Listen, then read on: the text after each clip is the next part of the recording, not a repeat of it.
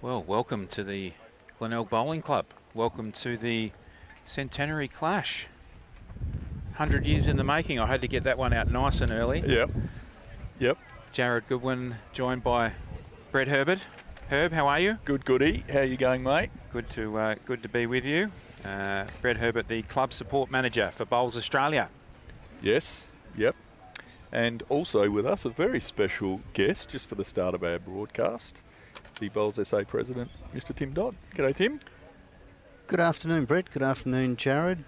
Terrific to be here on what is quite a unique occasion. And if I can, from the outset, just say congratulations to President Carolyn and the Glenelg Bowling Club for putting on quite a unique event, the Centenary Clash, the Aussies versus the Poms. I just hope, Brett and Jared, that the Aussies are gracious enough to let the Poms win something.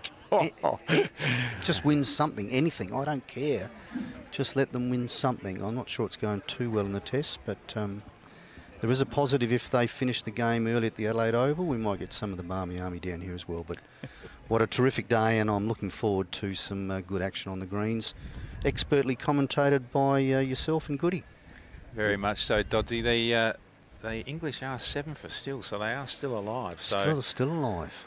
it could be a double victory for England and Great Britain today. We don't know. Well, let's not get carried away now, Goody. Long way to go in that game. The teams are just going through their final ends of the roll-up. Conditions here are sunny at the moment, a bit windy, a nice westerly coming across the back of us. A little bit of rain this morning, but the club is well and truly alive. Oh, it looks amazing, really, what they've done, Glenelg. Fantastic. So if you're in the area, or you're thinking about doing something, Jetty Road is now open. Cars can travel down Jetty Road, so there's no excuse. Yeah, yep, it's been closed for a while, and It's all happening at Glenelg, and plenty of people have been up and about to make this happen. Mark has been keen, put a lot of work into this, and then all of the volunteers, the president, plenty of volunteers around today. yeah. So this, the preparation Mark and Carolyn have done for this clash has gone back well over 18 months.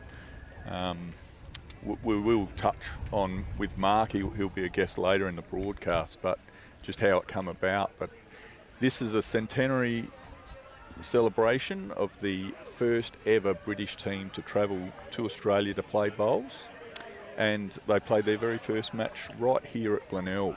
100 years ago. It's quite amazing. Yep. And so with Bowls Australia and Bowls SA both verifying that it did happen, and they've run with it, and what an occasion it is.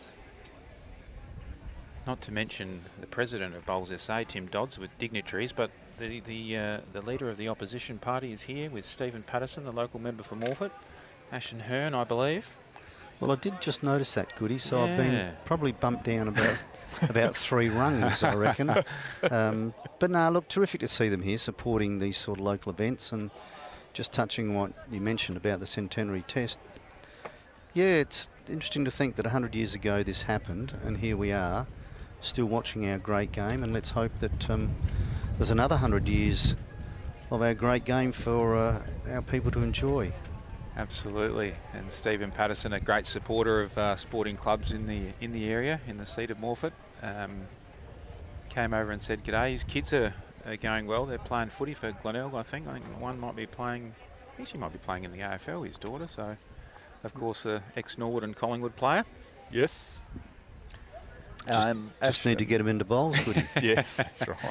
That's right. Well, And Ashton, leader of the opposition now, Ashton Hearn, I've seen her at many bowls clubs around her district, which is the Barossa. She was at the opening of Anguston's new clubhouse a couple of years ago. beautiful. And well aware of the community and how bowls clubs connect with the community, which is one of the standout things that Glenelg do here. They're really in touch with the community. Absolutely. Well, we should introduce the rink that we're commentating on today, Rink 10. Well, Rink 9, well, it says Rink 10 on the green, but it's got Rink 9 written on our piece of paper, so they've done a bit of shuffling and squeezing for for the TV ring, but we have representing South Australia, Jaden Zeller and Ashley Close. Jaden Zeller is leading today.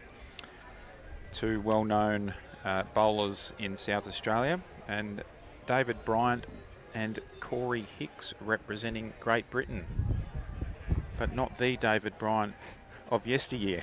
No, no, there'll be plenty of puns coming out with the David Bryant, but it's not the original, some say the greatest bowler of all time, and certainly of his era, because of the absence of the pipe. The pipe, I was a bit disappointed I didn't see David come along with the traditional pipe, but probably many people no idea what I'm talking about there. But They just have to Google it. Yep. Yep. So Jaden getting underway. Jaden is the coach of Glenelg Bowling Club, a new gig for Mavi this year, being an old teammate of mine from Holdfast Bay, but he is the coach of Glenelg. He's a former Australian Jackaroo Pathway member. His partner down the other end is, well, a namesake in South Australian bowls. He's another ex-teammate of mine from Holdfast, but he is at Marion now, over 170 state games and plenty of experience. State singles winner in 2014, duals pairs champion, mixed pairs champion, fours champion, club singles champion multiple times at Holdfast and Marion. Corey Hicks needs no introduction, current state member, Adelaide Masters winner last year. Beat Brett Spur, had the privilege of commentating that match. A little bit of jerfing on the green already there by Ashley. Wouldn't expect anything less, to be honest. Hope there's more of it. And David Bryant, and this is the rap sheet that David has sent through.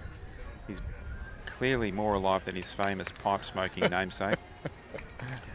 His teammates from Port Noarlunga call him Davey. Did say he is called something else at home. Closey coming down here. Good start by the Leeds. Be very happy with that. Yep. Players choosing the narrow of the hand up until now. Corey on the back hand, which will be the wider hand.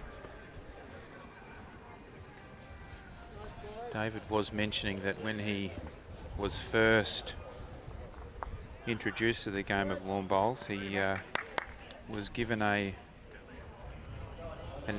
book. Read this after playing at a book of etiquette, David Bryant's book that many of us have probably read over the years. Crystal Palace supporter, did they win last night? You're asking me something Eagles. I don't know. Dodgy's a keen soccer follower. Well, no, I am to some degree, but I follow a team called the Hammers, West Ham United, so yes. A little bit different, but just going back, boys, a little bit of talent on this pairs rink with those names you mentioned, and if you're tuning in, have a look. You'll see some quality bowls, I've got no doubt, and across all the other rinks when you see some of the talent out there as well. What should be a great day. Now, gentlemen, this time of the year I'm pretty busy. I've got a bit on my plate, so I'm going to bid you gentlemen a farewell. Christmas functions, other Bowls SA commitments. So I'm going to bid you a farewell. Thank you very much for the opportunity just to have a little bit of a chinwag with you. I leave here knowing that it's in good hands, the commentary, and look forward to seeing you both in the not too distant future. Merry Christmas to you both, of course. Happy New Year. Yeah, absolutely. And also to all of our listeners and all of the bowlers across South Australia. We wish you well on behalf of the Board of Bowls SA. Thank you for your efforts. Enjoy the break, and we'll all get stuck into the second half of the season in January. So thanks, boys, and I'll catch you soon. Thanks, Tim. Thanks very much, Tim. A bit of time. Thanks Good on very you. much.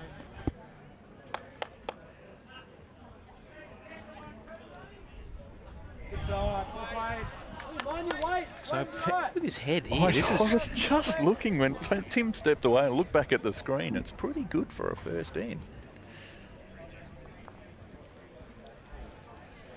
Of course, playing the 2-2-2 format. Jaden is in the area here. Ooh. just sliding under the jack.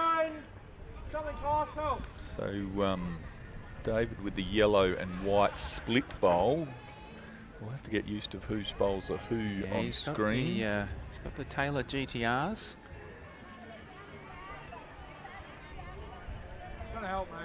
And he's got some, just a little bit hanging on that one. But he's around the mark early. Very good speed. There's only one short bowl of the jack, and it's probably the closest bowl. They are all behind a skipper's delight. We should really, I mean, if you have a look, we've got prime viewing here. You can't quite see it on the live stream, but there are some fantastic players that are playing for both South Australia and Great Britain today. We've got in the women's pairs next door to us, we've got young Hanika Booth from Nuruyutpa and Katrina Green from Kapunda, both involved in the state system. Hanika probably a little bit stiff to miss selection recently, and of course Katrina, a very successful state player. Cougar having a little run here. Not bad too. I think he's got this jack in the pit. Oh, well, nice and bounce.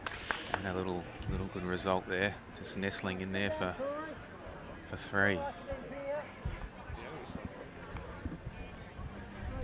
And there's the view of the other green. We've got Hanika Booth and Katrina Green and Liz White and Di Storr on the green next door. In the women's singles, we've got Karen Gatto representing South Australia versus Kathy Miller.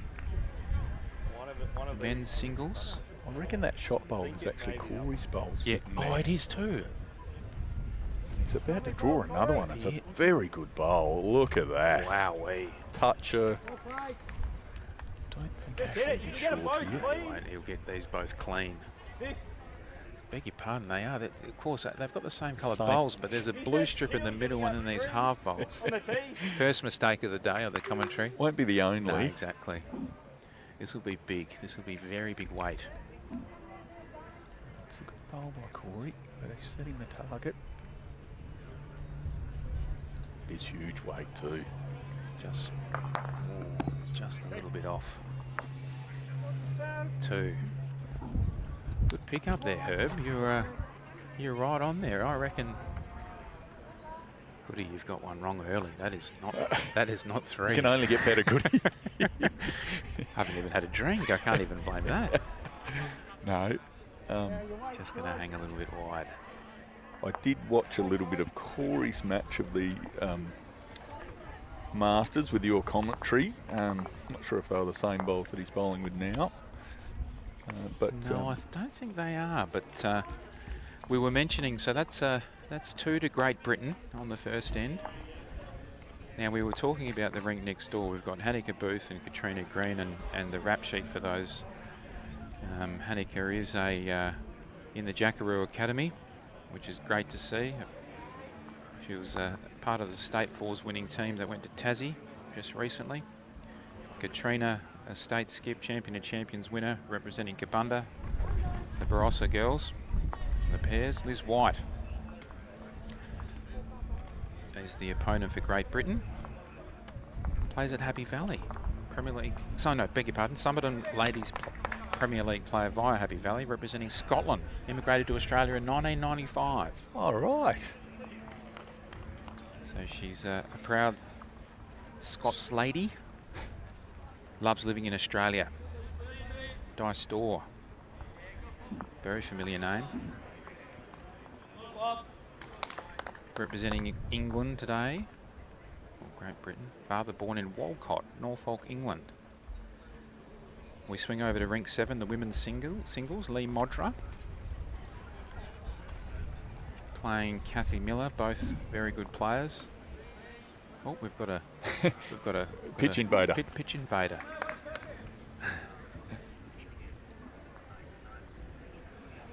Now the singles. Where's security? No? Yeah, well that's right. Yeah, no. He's looking very official. Just captured a napkin. It is breezy here. I'm not sure if we mentioned, but it's quite windy. It is windy. Nice westerly coming over. We'll flick through some of these. We've actually got a couple of international viewers who are viewing today, and I've got a little bit of. We'll keep on going. We've got Ash Halls in the men's singles playing Chris Carswell, who's a Scottish under-25 junior star. He does play for Somerton in Bundoora and Victoria. He was recently in the UBC, but he's a Scottish rep, so we've got some international class here today. The men's fours, Keith Deehey, Glenelg via Henley, partly as president. David Gauchi, Chuddy Glenelg via Broken Hill Boy, known as T-Bone. T-Bone. Jonathan Giddings from Nova Gardens, the president, local legend. Luke Petersmar, who's a state fours title and 1996 junior champion. Some quality names here. You're not wrong. I'll keep going because there's Ron Galpin. There's Chatty as his Glenelg opposition representing England. And Martin Quinn. Played soccer for many years in England before a nasty ACL injury finished his career. And of course Roy Palmer, the skipper of Great Britain, Eggshell.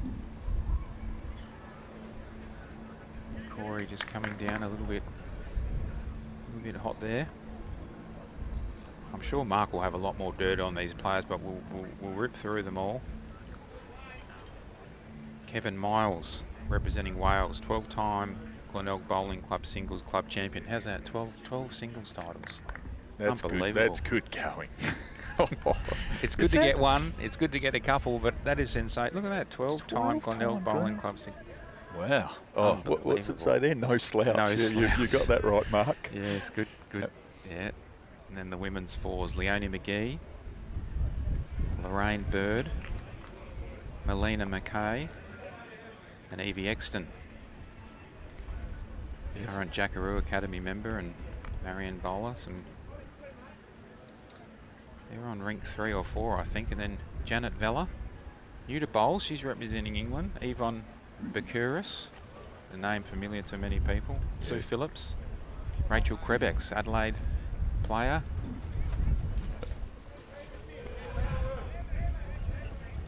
David just sliding underneath there.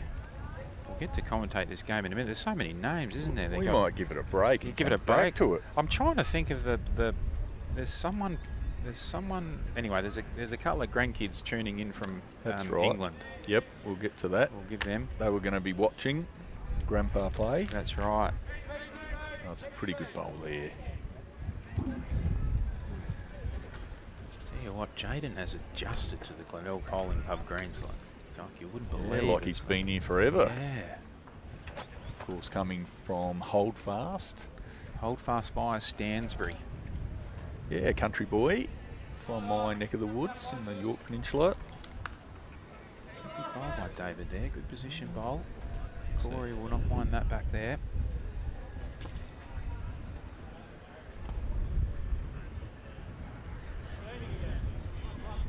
And Corey probably knows this green pretty well, having manicured it previous to this year before he moved to Salisbury now. Good position bowl there by Jaden.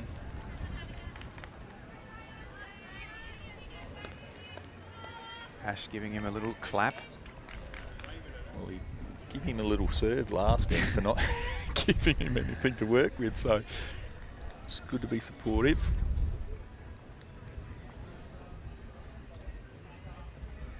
There's a few people watching too. It's great to see the supporters up on the bank.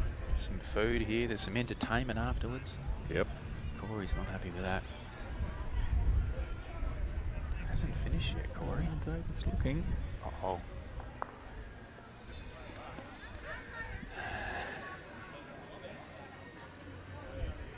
Might have had a little bit of weight on that, I think Cougar was just referring. That well, you've got to be up when you're down, don't you, mate? Well, you do. Yep. No much point being short. Easier said than done.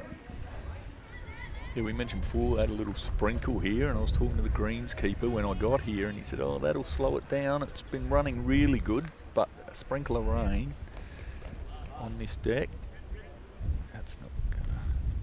Yeah, and it's a different grass than a lot of the clubs are TIFF here in Adelaide, and this is a good Santa Ana green. Yep.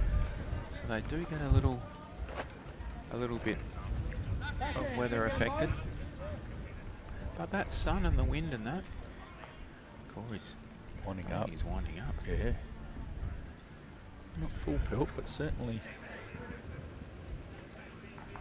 Oh, wow. Still got one. I think the indication is early, and having watched these blokes before, Ashley and Corey, they won't be hesitant to have a go. Definitely not. And both pretty good at it. Yes, absolutely. And just as equally a good draw bowler too. Yeah. Ashley, close up. Look at this. That's a ripper. Very well played. All square. That's 2 to the SA. And the guys are using the live scoring app on BowlsLink. We wonder how many other rinks have popped their scores in. Yeah, we'll go through them as we go. After a few ends, we'll have a bit of a catch-up, but we're hoping we can broadcast a few scores from around the ground. Great innovation by Gunnell to instigate the live scoring. As used in the Nationals this year. Do you think we'll ever get to using it in South Australian pennants or? Oh, 100%. 100%, yeah. Yep. So they use it in Victorian pennant already. It's been pretty good. There's always going to be some teething stuff, but it's a very simple process. It's really easy. Anyone can sort of do it. Yeah, you can't muck up a card. You don't get to the end of the day and you think, oh, we're 25 and you're saying we're 24. You've missed it. Yeah, that's right. It can't be done incorrectly because both cards have to match every single end. So it's certainly probably not upon us immediately. Wow. He's still not happy. He's not happy how he's squared him like that. He knows that Corey will just have a little nibble at this. It's funny. Mavi, he's a serious player, Jaden. Tell you what, Dave, not far away here. He's going to get No. Oh, wow. Jaden is a serious player. He's very hard on himself. He'll play a good bowl and his head will just drop and give it a little wobble. There was a nickname that went around for a while at Holdfast. We used to call him Bobble. Oh, bobblehead. Bobblehead. And if he'd give it a good wobble, we thought it would fall off a couple of times, but he's just so hard on himself. But I tell you what, you can't be too hard on yourself when you've got a couple like that. No, certainly something to sit on, but I reckon Ashley is underneath.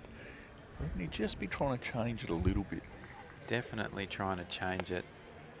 That forehand. Wide hand is not as wide as what it probably was earlier without the rain. Gets a little bit of break down the end there. Corey just under. Good speed. Yeah, good pace. And not wasted there too. Any spring in the jack out there.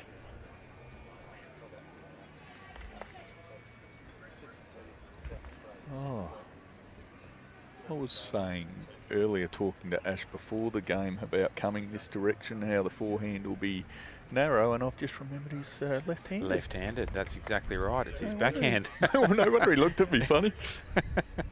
What are you thinking? The right hand be the other hand. Exactly. Oh, yeah, right. Now I get it.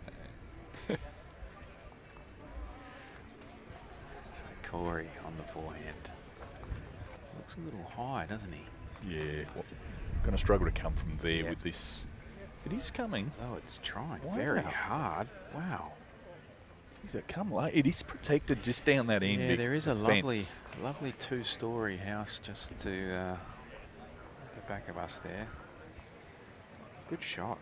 Yeah, unreal.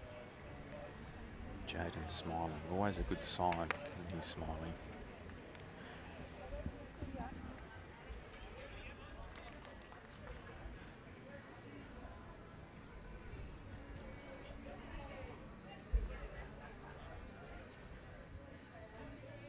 How long are you gonna hold, buddy? So we do have the overall scores in the bottom left of the screen now. They'll be updated periodically during the game.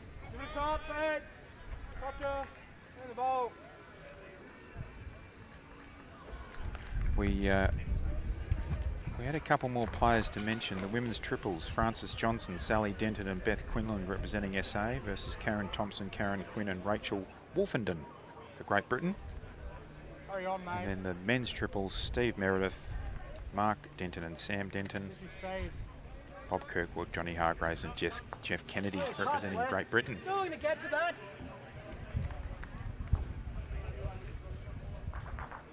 The Denton's no stranger to bowls in South Australia. Ascot Park boys. Sam in the current men's state team. Jaden just coming down, beautiful speed.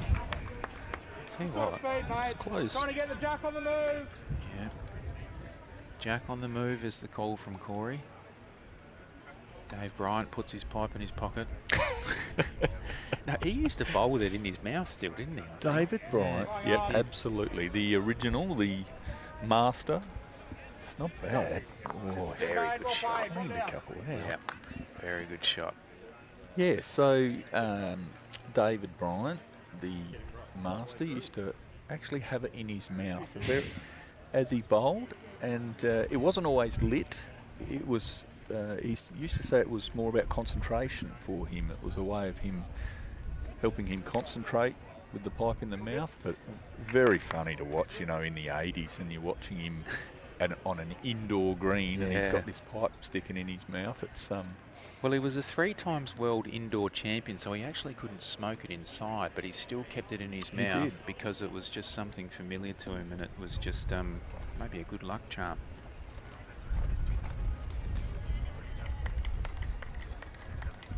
But he's certainly a wonderful bowler to watch. He's got a bit of a funny action. Crouches right down, then stands up and delivers, which is... He won 19 world and Commonwealth gold medals in total during his career. Yeah, amazing.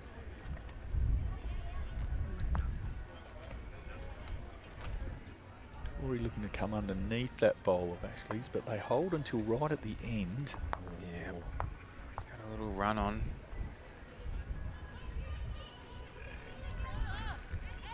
Another good head though, isn't it? Absolutely. No real Both. Get it. Yep. Bit of a bluster there. Yeah. Both teams, they're finding it really quickly. Back bowls that far It's very windy here. I'm back here to get it. It's not cool by any means. It's it's a bit of cloud cover, but the sun's coming through now and again. It's quite a nice day, apart from a little bit of breeze. Angles. Actually stalking after this one. He likes it. It's got to hold on.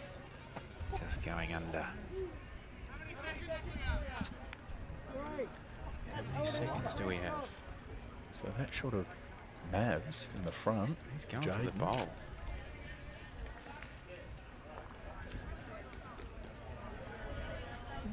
Stalking. It is very close. Not bad. Get a bit of a jack though. Oh, it's gone forward. Well, good result. Couple of...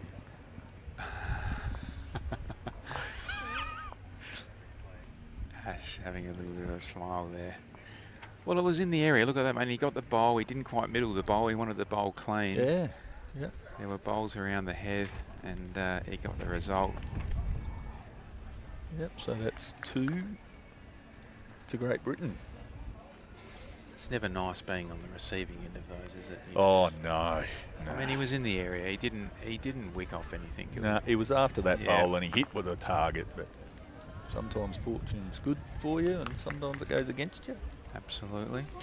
Just quickly going across next door in the women's pairs with Hanneke and Kat, scoring 1 on the first end and then 4 on the second to lead 5-0 after 2. 5-0, yeah, good start by the South Australian girls. Actually, the scoreboards, I can see most of the scoreboards. We can probably give an update throughout the Yeah, match. definitely.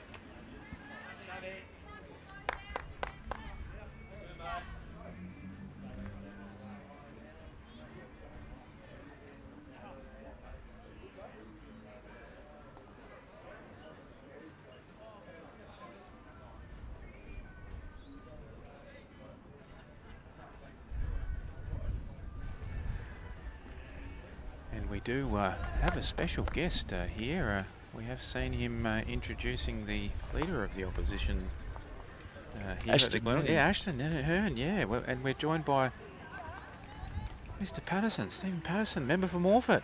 Good to see you, mate. Well, good to see you, Jared. Yeah, it's fantastic to be here at the Glenelg Bowling Club to really mark what is a very historic event with Glenelg front and centre of it from the perspective of bowling here in Australia.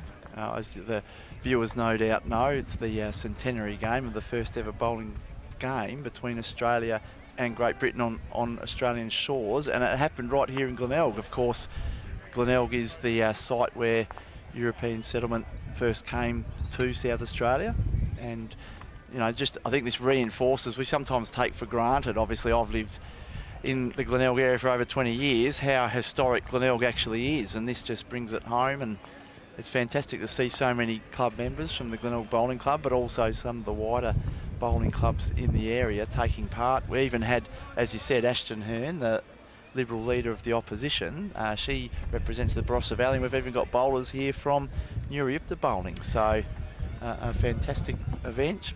Unfortunately, at the moment, we've got Great Britain ahead 4-2, but I'm confident there'll be a turnaround. Well, sitting to your right, Stephen, is Brett Herbert, the Bowls Australia Club Support Manager, and he was just saying that before, that he actually was at the event a couple of years ago that Ashton was at, opening the Angaston Bowling Club, the redevelopment there. So no stranger, and great support to sport in South Australia, but also the bowling community, the Liberal Party. Beautiful. And Ashton looked very at home at Angaston Bowling Club. Everyone knew who she was, and yes. Yeah, well, she's a sixth generation Angaston, she was saying, and she's obviously not only a new Liberal leader, also a new mum as well. Her youngest there, he's going to be the seventh generation brought up in Angaston. But Ashton's got good pedigree from a sporting perspective as well. Obviously her dad played Central Districts, and her brother's a fantastic footballer, played I think over 300 games at West Coast, and Ashton herself was very good. She was a talented netballer, and in fact before today's game I was able to have a coffee with her and my family, and my daughter Violet, who's now playing AFLW at Collingwood. She was able to have a chat with Ashton around, you know, what her journey was like from a sporting perspective. Yeah, we were just mentioning that before, Violet getting picked up in the AFLW. Won't mention my allegiance to the Sturt Football Club because it was a very successful year for us. I'm in deep in enemy territory here right now. Yeah, absolutely. Don't be talking to me as a Eagles follower, and my son plays for the Eagles, and yeah, just keep that to yourself. Well, the scars are a bit raw here in Glenelg too, because of course Glenelg was going for the three-peat. Yes. After winning back-to-back, but they just ran into probably one of the best, you'd have to say, best SANFL sides of the SANFL history, because very unlucky to actually not go through the season undefeated. I think they had one loss right at the end, which of course the coaches always sort of say, well, not happy about it, but really deep down they're thinking, well, that might be the loss we need to have. But I mean, for the history books, it nearly was a flawless season. Yeah, no, well, I can say that the whole family is Glenelg, so I do have a small allegiance, and being an ex-Glenelg Primary and Brighton High boy, they're my second team, but I was very happy to be on the other side of that result. Now, watching the game of bowls here, how do you think the wind's impacting on the bowlers? There is quite a strong westerly, which, I mean, for a home ground advantage would be good for Australia usually, because the Poms probably wouldn't know anything about this, but they seem to be holding up okay. There you can see the windsock. Beautiful camera work from our cameraman. Yeah, thank you. And you'll notice the skull and crossbones bear. That's the Glenelg Bowling Club, would you believe their moniker or nickname is the Buccaneers. And so that plays a bit of homage to the Buccaneers there with the skull and crossbones. Absolutely. Yeah, no, it's It's a windy old day, but yeah, it's a bit like golf, you know. You just got to you've got to play the right weight and just forget about the wind sometimes, and just try and put your bowl in the right area. Corey's not far away here. And I must say, from the starting 3 ends that we've had, you wouldn't know it's windy. Have a look at that from Corey. Great shot. I mean, he's made a couple out of that too. Might even be 3. Nearly be 3, yeah. Well, there it is on the replay. They've all started pretty well. And great to see Glenelg back to life a little bit with Jetty Road opening again. Stephen, you've been doing a lot of spruiking of the local area with lots of things that have been happening, and it's back open. It took a little while, but we got there. Yeah, it did. It's taken a bit of time, and I mean it was the upgrade. You can see the people going down there now. Opened yesterday, and people probably getting to see. You know, you take away all the fencing and the construction work, and so people get a bit of a taste for it. So it's great that the weather helps as well to get people down there. I mean, if I could just encourage all the listeners to come down to Glenelg, because they have done it tough for the business, and this is a chance for them to recover. And there's no doubt long term that'll help them. Having, you know, even before I was the Member of Parliament here, I was the Mayor, and even back then people saying, well, there needs to be some sort of an upgrade happening at Jetty Road, and so it will hopefully bring down, you know, a large number of visitors, and you know, those businesses hopefully will be able to get back on their feet. Yeah, very popular shopping strip, isn't it, Jetty Road, and great place to be in Glenelg. Just seaside, and just a great place. Cafes and watering holes. It's just a wonderful place to be. Yeah, and just very relaxed too. Yeah, and most people very friendly as well. So you come down, they'll say hello, and yeah, even get chatting as well. So it is a great part of Adelaide. Absolutely. So they're just deciding what shot to play here. Couple down, maybe 3. It's pretty hard to get to. He's having a look. Can he play a little? He just said not much going on. I think he might be playing a little. I think he might be trying to get off something on the line here. Yep.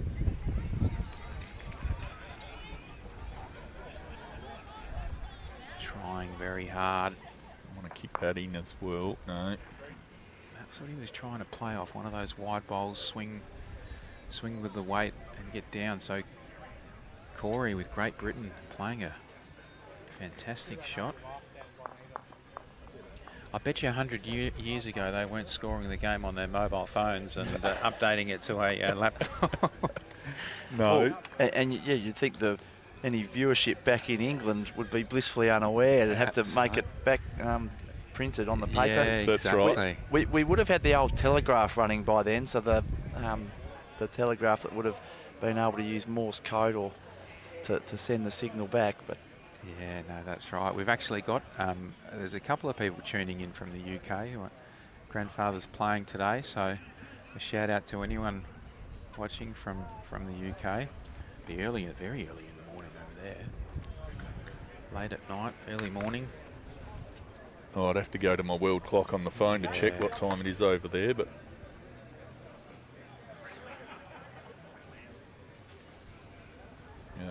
the 2 grandchildren might be having a very quarter past 3 Saturday, Sunday morning.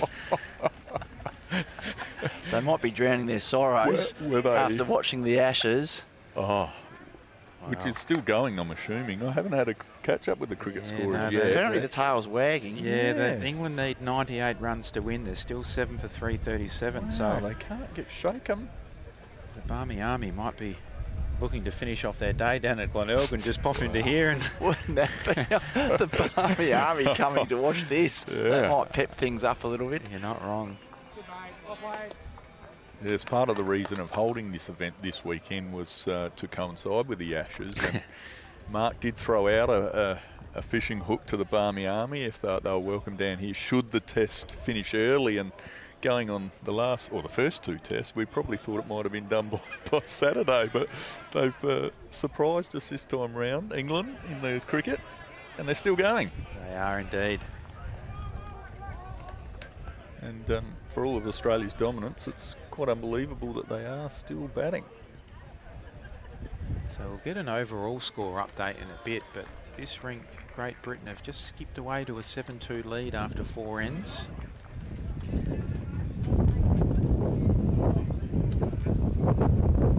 A couple of decent conversions with a smidgen of luck. What's the singles doing over there? The Chris Carswell and Ash Halls.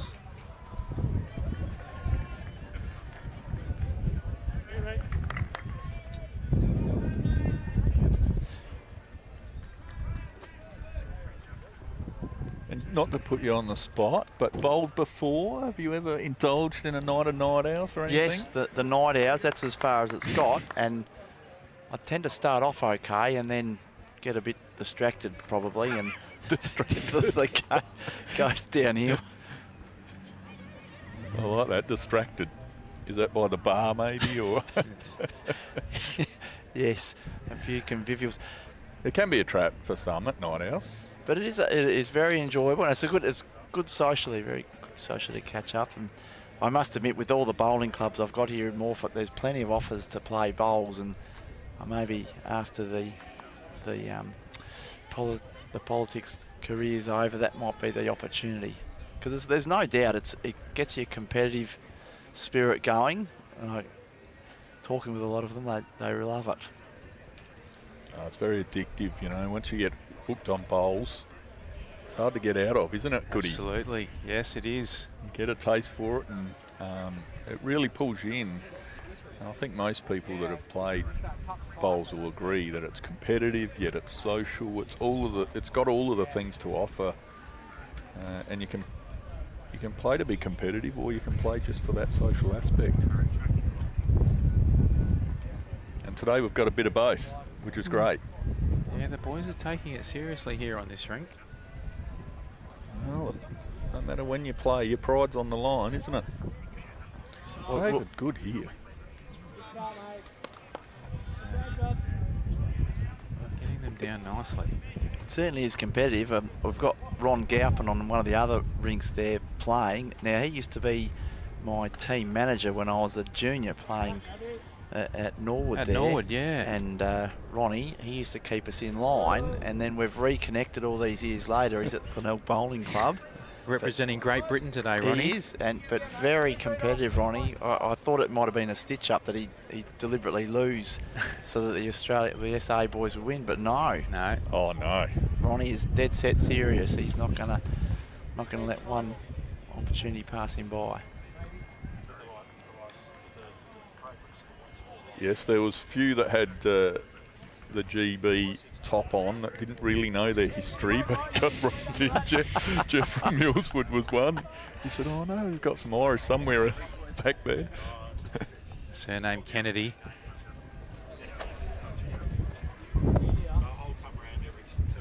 Jaden likes it, but it's Just got a to bit find slippery, something. I think. Yeah. Yep. Well, he was trying to play that weight to Dave's bowl out there on the right, a couple of bowls behind, just to play that landing weight, sit and stay for 3 or 4. Shot is still there for Ash.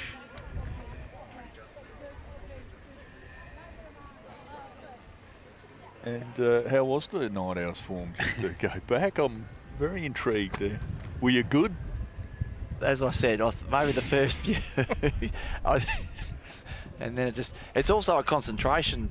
Yeah, the concentration and repeatability. I think that's the thing about bowls that you realise just even watching this game here. It's the ability to repeat it bowl after bowl. It's all well and good to do it once. I mean, one of my old coaches, Lee Matthews, he said, you know, most players, they can do things once. What separates the really talented from the others is that the talented just do it all the time.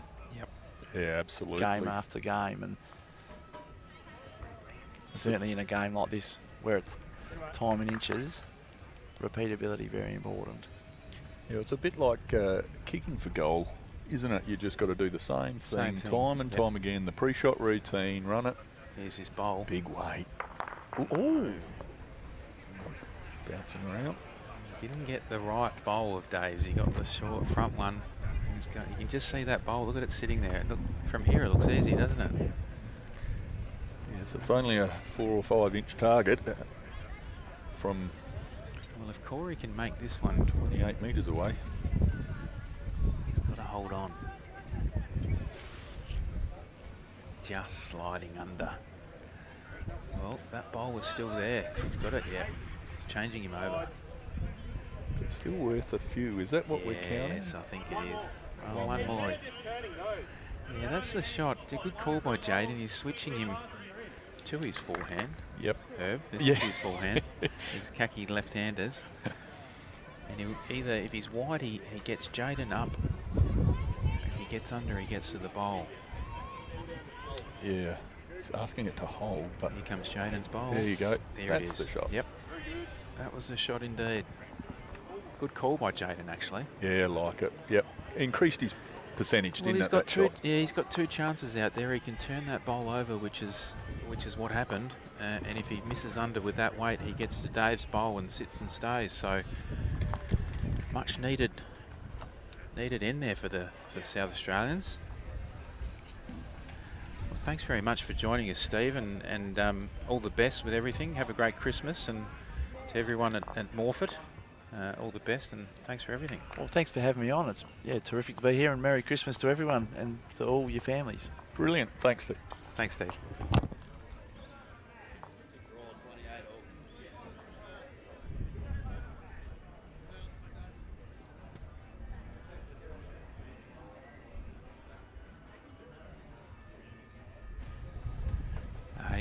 He's a good guy, Stephen Patterson. He's a Ripper. member for Morfett, and he's very involved and active in the community. He's, not just sporting clubs, but the algal bloom that's been happening along the coast. He's been very vocal and very involved, and really listening to the local residents and their concerns. So Yeah, well, it's another challenge that Glenelg and other seaside towns and suburbs have faced, the algal bloom, on top of Jetty Road being closed. That they really have faced some challenges here at Glenelg, but it's great now to see that both of those almost done. I mean, the bloom's still around in areas, but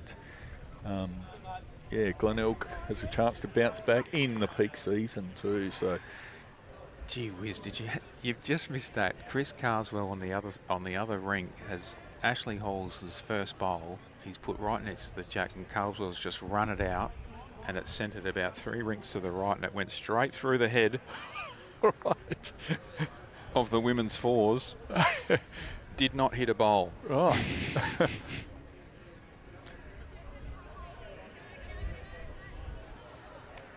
So David setting that one up not too bad. One reasonably close and one behind. And like any little event that goes on, we'll acknowledge some sponsors after this end, because there are some great sponsors that have made this event possible and support the Glenelg Bowling Club. You can see some of the signs around the roof of the clubhouse there, so some great sponsors, and we've got a couple of little ads to play throughout the day, so we'll support the sponsors there. But great ball there by Ashley. Ripper. Close. Yep, very good. Front hopper.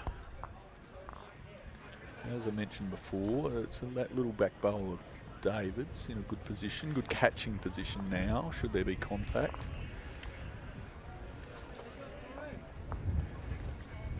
Corey just coming around to a good home. Good second there.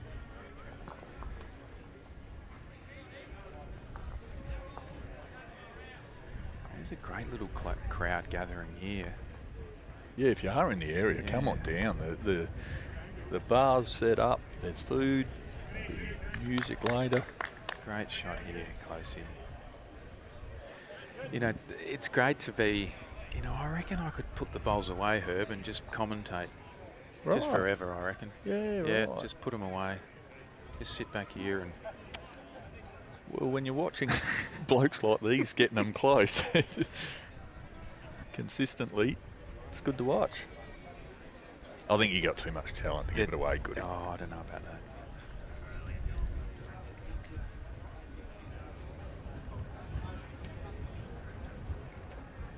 It's actually good to see Mavi again, and Mavi's a nickname that he got at Holdfast Bay when he joined from Stansbury. Maverick, we used to call him. Right. Or Mad Dog. I've always called him Mav, but I've never really been sure why. Yeah, that's where it came from. Maverick from Top Gun. And I reckon it might have been Closey that gave him the nickname actually many years ago when he was about 16 or 17. But it's great to see these guys. You know, you would know from your old footy days when you win a flag with these guys, you've always got that common bond, and it just kind of carries on no matter what club you end up playing at. You've always got memories of the flags, and having played in a couple with these two and knowing how competitive they are and good blokes, it's good to see them and good to be commentating. I could unleash a little bit of dirt on both of them, but they've probably got more on me, so I better not. They don't have a microphone. No, though. that's the true. Difference. Oh, I mean, any sport that you play, and bowls is a really social sport. You build friends for life, whether it be opposition people or teammates. You just build great relationships with people. And looking across just now, and Kat and Hanneke get high-fiving each other, you know, both from similar areas out there in the Barossa. Jaden just yelling out a little yuck, but yes, no. He didn't like it. Gone to Corey's bowl too. Yeah, that was... His little comment was yuck as it went halfway. He's just joined the boys at the Coopers. He went straight to Coopers bar. He's just walked off the green and he's just in disgust. Yeah, he's just having a bit of a chat with the locals. They're probably telling him too. What was that? Who were you playing for? It's always a danger, isn't it, when you're holding and you arrive with a little bit too much weight and the bowl's right on the jack and it just bobbles around. Oh well. He's still smiling though. Ash just crossing past. Oh, Mav, he says. Oh dear. You can see in that shot the background, people sitting along the seats in front of the clubhouse. The colours are fantastic too, the red and the blue. It looks awesome across the green. Yeah, Mark's done such a great job. He's all of the people involved in today. An historical occasion. Ashley's not mucking around. Jaden giving him a smile. Well, there's a shot on there. He puts the jack in the ditch, and I think that's what he was going for. Chris Carswell is absolutely driving. Have a look at this.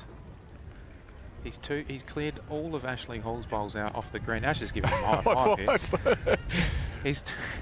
He is scattering bowls like you wouldn't believe in that singles game. Well, this ends up in a pesky spot. So Chris Carswell, he'll get a shot there. The two blue bowls sitting there on the green as we pan across. There they are. And he cleared out all of Ashley Hall's red ones and he tipped his hat to the crowd. He's a good guy, Chris. He's a good bowler. He played against us. He was skipping for Somerton against Adelaide in a Premier League game a few weeks back, and he just plays this really quick arriving game, and just anything close he just runs at, and yeah, it was good. Not good when he got him like that, but all right, close. He switched under. No, it's turning. It's only 2 was the call from... Yeah, well, they've brought the score back. I think there's a little update to go up because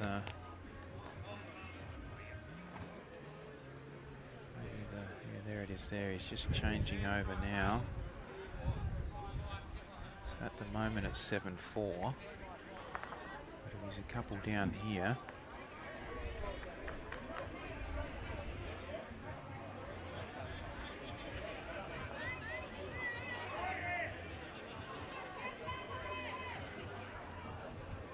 Bit of banter down there, the men's triples.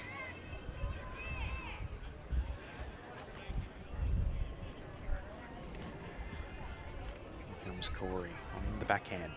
With the Dentons, I'm not surprised. Yeah, that's right. Corey's going to... Oh, Just a smidgen. if he caught the edge of closest pole, it would have...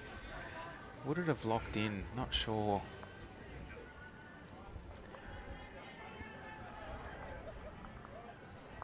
So I left my phone down there. another 2. We might have a little look at a little sponsorship video here with the guys from Spacequake.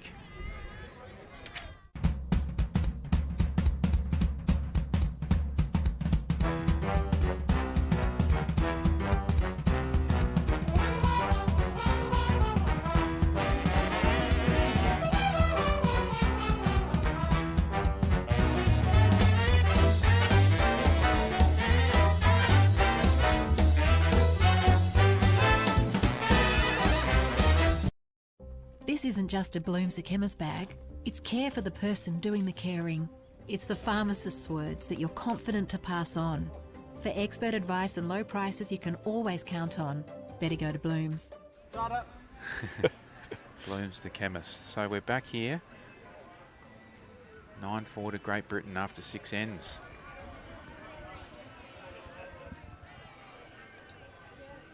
First bowl from David there, just a 1.5 foot short. Well, they're not bowling.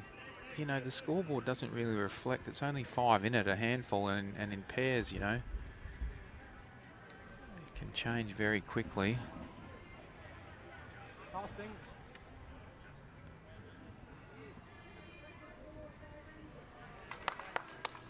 Good shot. Good shot here by Bye-bye. Dave. Yeah, as a skipper, that's where you want your leader, somewhere behind, somewhere close Absolutely. and somewhere behind. Any movement of the jack now will go straight to that bowler, David's. Jaden just a bit high, but he's got backest. Won't be happy with that, Jaden, I don't think. He's smiling, but He's just not. It's that in between, isn't it? You drop your first one short, you're thinking as you get it, well, I've got to get there, I've got to make sure that this one's there, and you can very easily just push it a little bit over. but still more useful than the short one. Absolutely. Corey really has found a bit of it, and I guess he's probably knows a bit about this green. And Yeah. Well, he's a state player, and he's won a fair bit, so they can easily adjust. Anyway.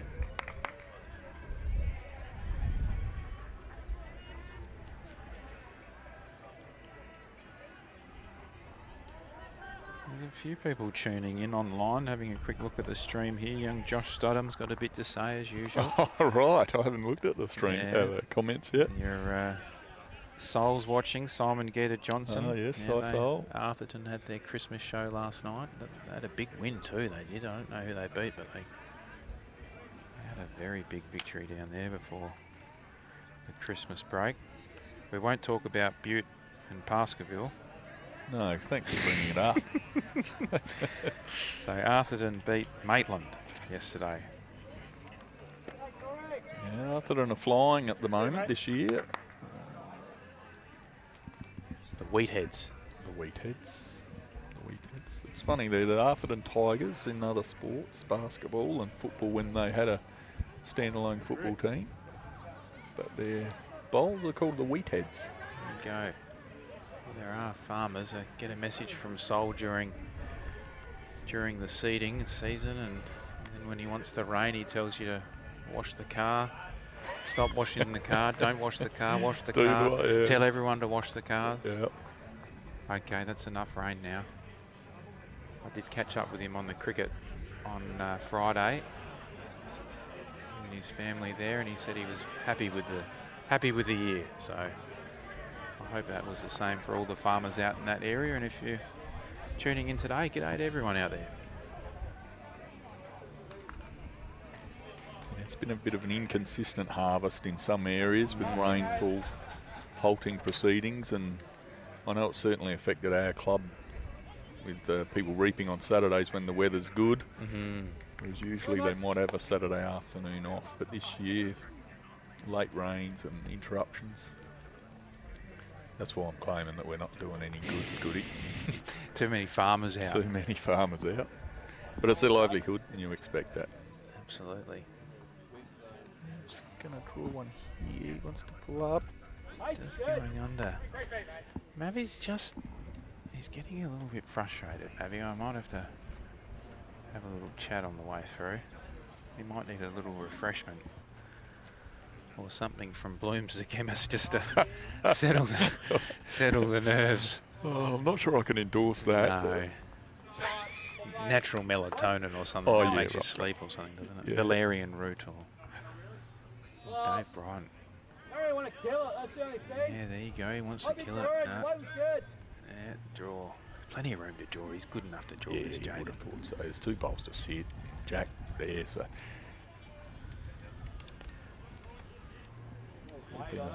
Been through his last couple of bowls. Is this a better way? Though, he's out there turning under and through. Similar to his last. Similar speed, yeah. Again, you know, when you're down, you want to be up. It's always the... Well, he's got 3 catches now. Yep. If Ashley happens to play a bit over as well and snicks the jack back there, he's got him to catch and he's got 2 sit on. So plenty of opportunity still for Ashley or South Australia. We'll get an updated Great Britain versus SA score across the rinks in due course. But that sun is just beautiful, drying the greens out nicely. Corey's on a good line here. There's a counter. Yep. And a good counter too. He's in the rhythm, Corey, isn't he? He is, yeah. He's just found it just nicely. Mind you, when you're a couple up, it's easy to draw another one, isn't it? Well, for a bloke of his quality, you're not talking for everyone here, Goody. I know. We wonder where Mark is. We need to get Mark to come over and say g'day. If he is watching or listening inside the club, we need Mark to come and say g'day. I teed him up for later on. Oh, did you? Yeah. Perfect. Yeah, All right, we'll have a few guests. Yeah. I just thought he might be a good one to have. He's got the jack in the belly. Oh, What a yeah. shot. Oh, what a shot. It's turned 3-3. And the crowd erupts. He'll give us a little wave here. He'll give us a little side high as a replay. Gives a fist pump or something. Ash, emotion. No, he just... Yeah, look at him. Guts, and in it goes. Fantastic shot. And Mavi's happy. Look, the thumb up. Beautiful. Oh. So Corey just got to draw as close as he can to the ditch. He's on a good line. Did he send it? It's not bad. Tell you what. Oh, it's just going to go in. Yeah, definitely 3. Easy 3.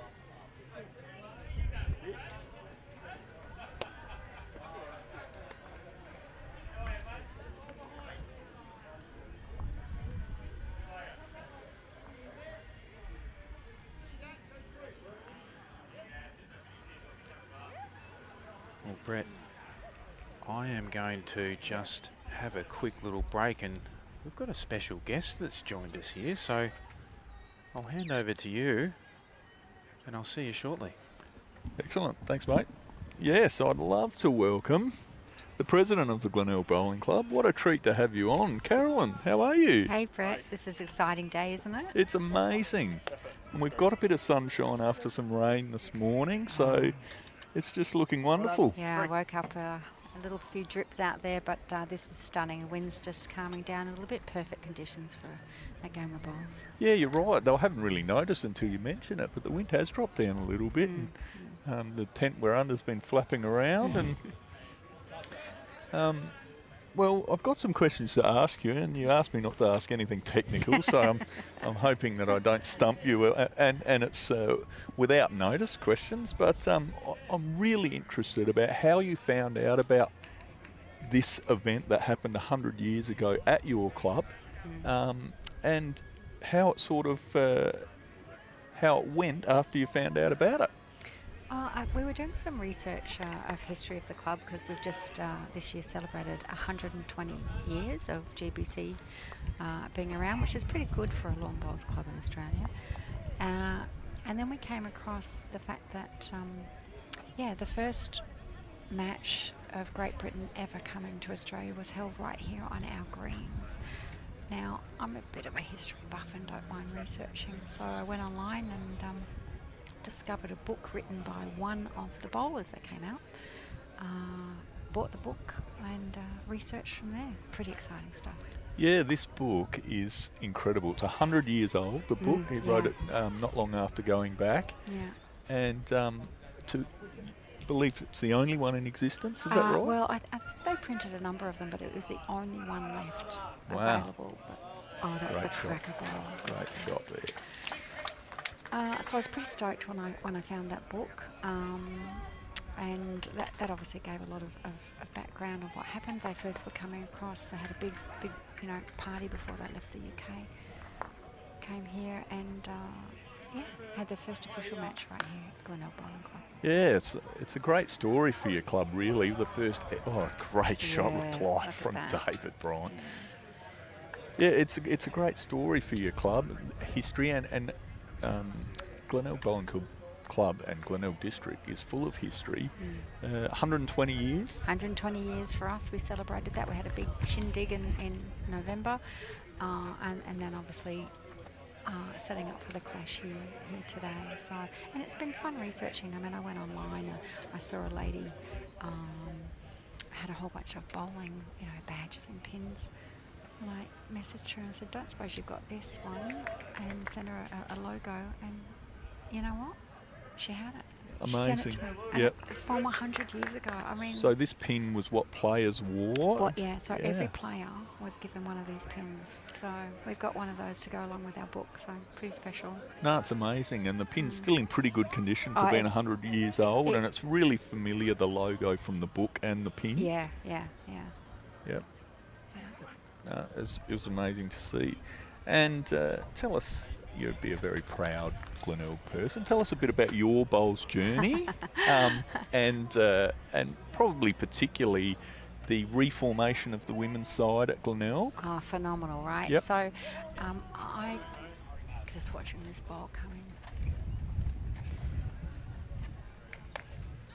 It's not bad. Yeah. I came to bowls like a lot of people do as a night owl, and had a bit of fun. Got called up for a pennant match, and next thing you know, I'm president. I don't know how that happened, but anyway. But the ladies had just been reformed. And so, now we've been going strong, and our ladies team was undefeated last year and then won the grand final the whole way through the season undefeated. Amazing. Pretty good. A lot of us were only 2-year-old bowlers, so that was pretty good. Top of the ladder so far this year, so watch this space. Travelling very That's nicely. touch wood. So the Glenelg didn't have a women's side for a little while, up until 5 years ago, and reformed, going strength to strength. Strength to strength. Is there a secret to it? How did it come about? Some clubs struggle with getting more women members, and some do it very well. Is there a secret to it? Well, look, I think for us, we did a little bit of a promo, a discounted membership rate to begin with. Sure. But I think one of the strengths that we have as a women's team is really how well we connect, as well as our bowl skills. Sure. So anyway, we're going strength to strength. We would love to have the second team, but you've got to worry about how many people you've got.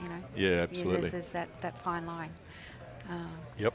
But we're a good group of ladies. Some of them out here on the rinks today, representing both South Australia and Great Britain, which is an absolute honour for them, and they deserve to be out there. So good bowlers. It's great representation. Yeah. Now, did he ask you any technical questions? No, thank the nothing. Lord. Thank the Lord. I'm about to. You are, yeah? All right. No, Yeah, I've good. got to go. No, it's not technical. But what I did want to ask you is, I was informed, I did a bit of research, I was informed that you're a first-time skipper, selected skipper last week. How did that go? Tell me about that experience. Shot. Great shot there. Always a good shot. You're right. I mean, I had skipped a few times before, but only due to injury or illness. So yeah, selected to skip last week, and it was a cracker day.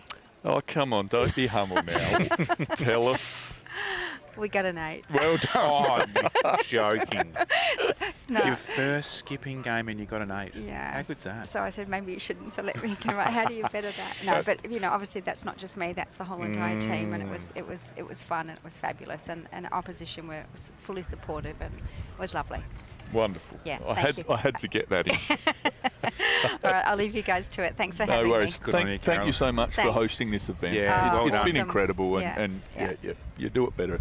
Very, very well. We had Stephen Patterson on before, and he commentated for a little bit, and you would know how much involvement he has in the local community and the sporting clubs and that sort of thing. Yeah. And he was just rapt to see this event happening today, and with all of the things that have been happening around Glenelg and with the Algal Bloom and Jetty Road and that sort of thing. It's just great to see the place alive again, and so many people here supporting the event. So it is. It's really good. And Stephen has been a phenomenal supporter of our club as well. So that's great. Yeah. Absolutely. Good Thanks on you. for having me. Awesome. Thank you. Thanks. guys. Cheers.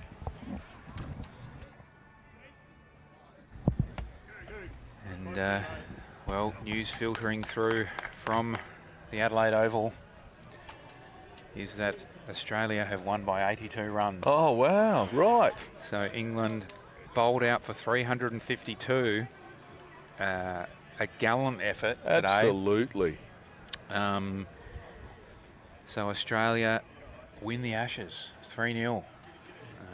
So fantastic to see. So perhaps maybe the Barmy Army might be on their way down to Glenelg. Hear them coming with the chant of Barmy Army. And the Union Jack is flying. Yes, well, it was a great test match too, with, being there on the Friday, and it's not going to hang on though. He's going to get a wobble off this. No, not quite enough. So big bowl there by. This is a good end for South Australia. You were going to say, Herb? I was just going to talk about the cricket actually, and the Adelaide Test match traditionally being ripping games, such a good deck to play on there, such a great atmosphere. Go and watch, and yeah, much like Glenelg Bowling Club this afternoon. The bar's open, the sun's shining, and plenty of colour in the game. So Closey just having a little look here and saying, well, what shot is Corey going to play? Where can I put another one that he can't use? Jaden is smiling. I haven't seen him smile this much in my. He's having a good chuckle. Chris Carswell running again. Look at this. He's he's done it again. He is just running. A single bowl. A single bowl out of the head. Ashley Halls is just putting a bowl jack. He is just on fire this singles game, a couple of ranks across. I just caught that running across it above my vision and watched Ashley's bowl just ping out of there. Ashley just needs to come back. Needs to settle. Yeah, it's got a little bit of toucher on it too from, I think, the previous end.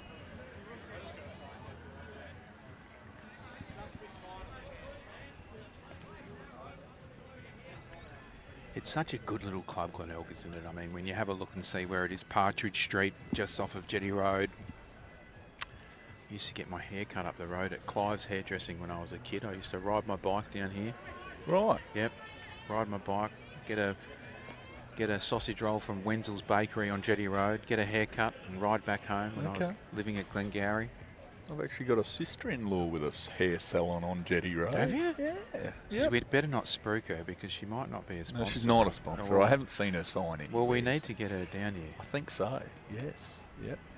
Corey on the forehand.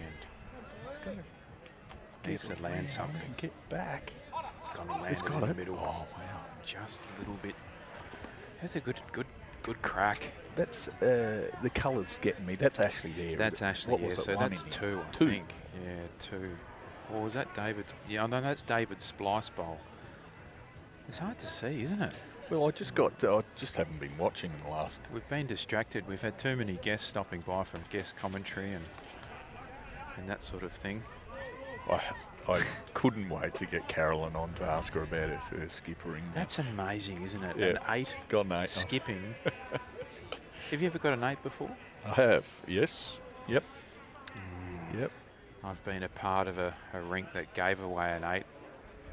Simon Geeta Johnson a couple of years ago, skipping at Modbury. Right.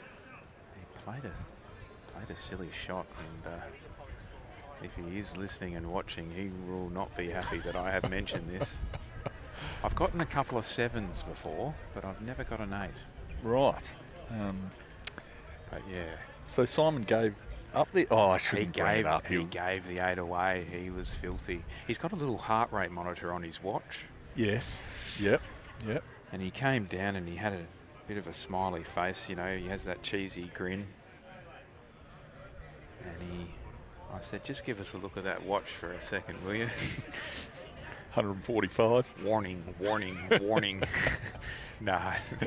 It's funny, isn't it? People say, you know, bowls isn't you know, I mean, you have to have a level of physical fitness, but when the adrenaline's pumping through your body when you've got to play a big bowl, your heart rate does go up, doesn't it? And you know, you've got to remember your breathing. And I also watch my watch, and when I played Simon, we've talked about our heart rate before, and he constantly is over 100. Like during the match, anything that happens, he's up over 100. Yep, he stresses. Yep, it used to be about 120 when he played with me, because I think I gave him the no.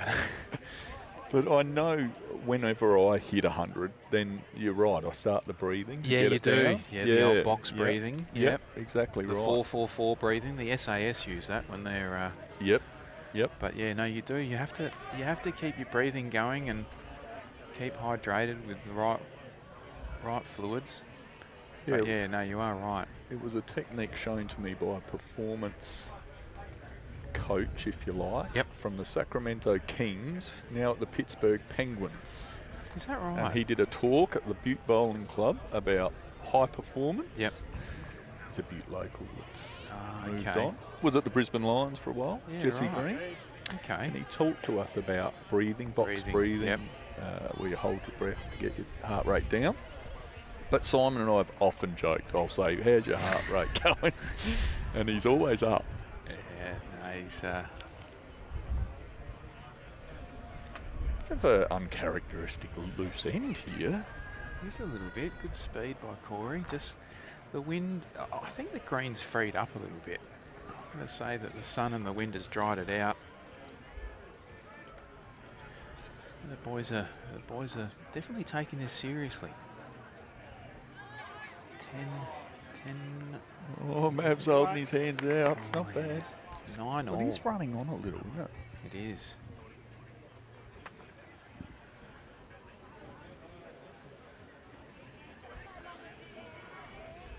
Well,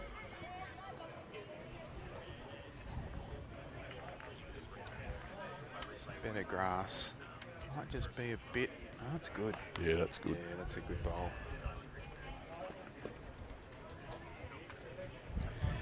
So Chris Carswell was running again, and he just peeled his own bowl out. He did, you know. I mean, obviously being an international player, and he's playing UBC, he's playing Premier League bowls in Victoria. He comes up, he plays the game so quick, and he'll come up and he'll call the shot, and he'll go back and he'll just get on the mat and play it.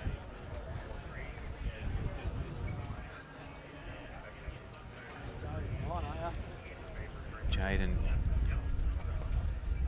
coming down, the wind has definitely picked up, did affect that bowl. Hats are flying off everywhere here, but it's not cold, is it? It's quite pleasant. Yeah. When Carolyn was on, she did mention that the wind had dropped out, and it had, but now it's picked up again. It has. But there wasn't this shaking of the tent and the screen nearly falling over here. It really had dropped out, but it's back. And we were expecting it to hang around most of the afternoon. But Yeah, but the sun is out, that's the main thing. And there's not a cloud in the sky behind us, so we should be in for a pretty sunny afternoon.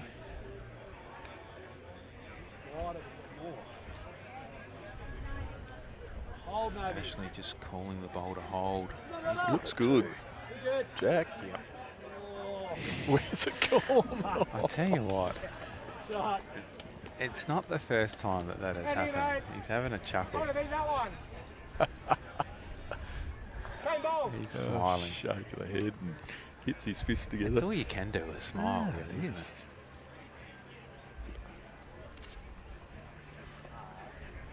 If I was I'd be staying right away from this Yeah. if I was Dave, and he's somewhere behind, and he's actually got a pretty good bowl if it stays up here, because it could get out.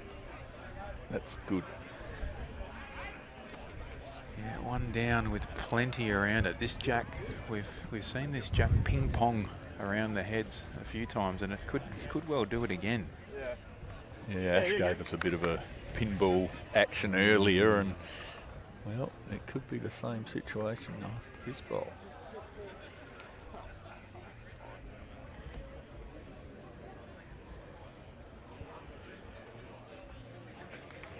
He's having a little look. He can see it. This is his. He's just trying to get the score up of that singles match, but that's not. We might go across the rinks after this. Yeah, yeah. Why not? It's either 10-12 or 10-all. I'm not sure. So it's close. Actually close on the forehand, stalking this bowl. Not in a bad line. Stalking it. He's excited. Oh, it's going to fall. Oh, wow. He definitely got a touch on it.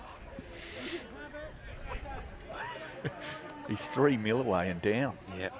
And you always know when Coog's close because he just stalks. Wouldn't really call him cat-like, the big man, but No, he's... he looked at it, didn't he? He Loved did. it. Loved it. Corey just a bit high, but still, if that stays up... Wow. Yep. That's nearly a toucher in there. So what's he got on here, Closey? Well, he can play the same sort of bowl. Same sort of bowl on the forehand, you know, he gets onto his own, it pushes his bowl onto the jack and Dave's bowl out, and he can kind of either hang around, and he's got to play the same shot. Yeah. I think it's an identical bowl. It'll jam and get that It one should. of David's out, and it could end up with 2 or 3 because he's got Mav and himself just behind in good positions. Absolutely. Let's see what happens here. We'll find out. We've got Bess.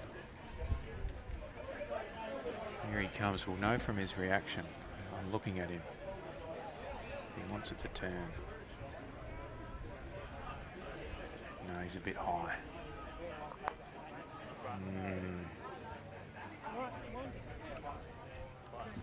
Corey's got one in the gun. I think Corey will just leave this alone. I don't think he can play it. No, No, there's no way. no way. And we were talking. We've spoken to some guests today, and we've had the president. We've had the president of Bowls SA, Tim Dodds. We've had the president of the Glenelg Bowling Club, Carolyn.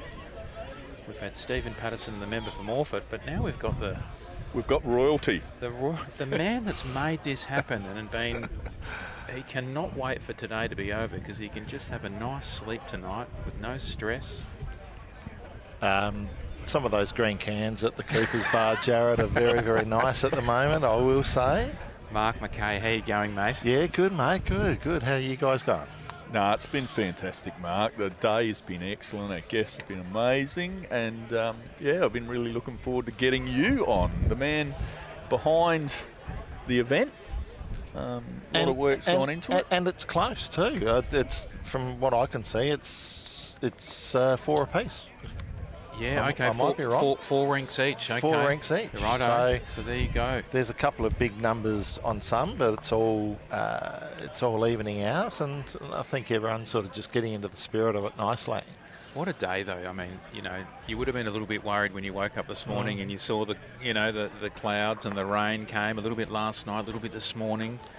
The Barmy Army were rejoicing about the rain coming, and Well, I have put a call into the Barmy Army, telling them that the beers at the Glenelg Bowling Club are way cheaper than what they can expect to pay in town, given that there's nothing to watch there anymore. So, yeah, look, I suppose I had a little bit of faith in the bomb, and I know that's probably not, that's a bit unpopular at the moment. The bomb website is a bit maligned at the moment, but they said it was a little bit of precipitation in the morning and clearing up, and just a little bit of breeze in the afternoon, and so it's proven.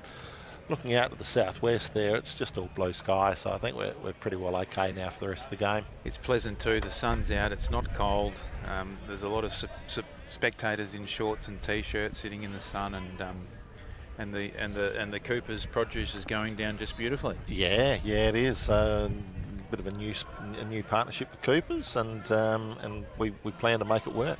We haven't really mentioned much of the sponsors. We've had a couple of ads, but if you want to mention some sponsors, Mark. Yeah, sure. Look, Unique Bakery, a lot of people might not have heard of their stuff. They're out at Richmond in Deakin Avenue near the Richmond Oval there, and they're just starting to get a bit of a foothold. I reckon if you go into most of the major supermarkets, you'll see their stuff. But I tell you what, it's very, very tasty. Look, I don't want to put any of the mass-produced stuff down, which is all very good, but this is made on a smaller scale, and it's really, really good stuff. So they've come on board. Phil Hoffman have been a long-time sponsor of ours for many, many years, and not only us, but a lot of the bowling clubs around the place, they support. Coopers, of course, have come on board, and Hip Pocket Workwear, who Jonathan Giddings is out there.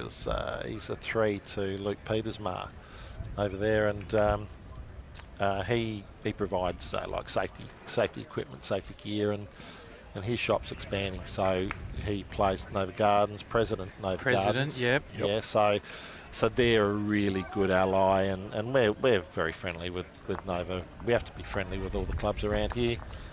Even Holdfast Park. Yeah, that's right.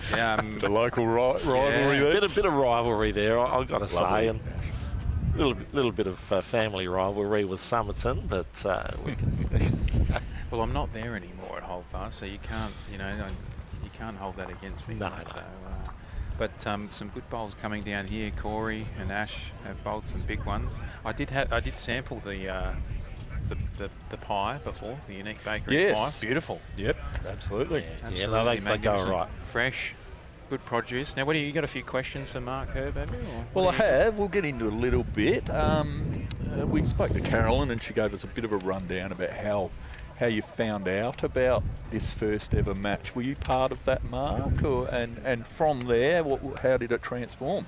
No, I was born in '63, so wasn't part of the first match in 25. But yeah, look, I dug it up. Look, I don't mind sitting at home with the computer on. Sometimes I would just dabble in club history, and good shot here by Dave. Have a look at this. That's a ripper. Yeah, well done, David. Great shot. Taps the pipe out on the ground. Yeah.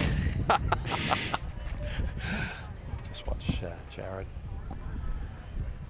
Jaden, sorry. Jaden, no, Mavi. Yeah. We've been calling him Mavi. Has that nickname kicked off here, is it? A little bit. I've been trying to get it going. Yeah, what do you call him here? Well, Jaden. Coach. Jay-Z. Yeah. Jay-Z. Coach, yeah. Coach. Boss.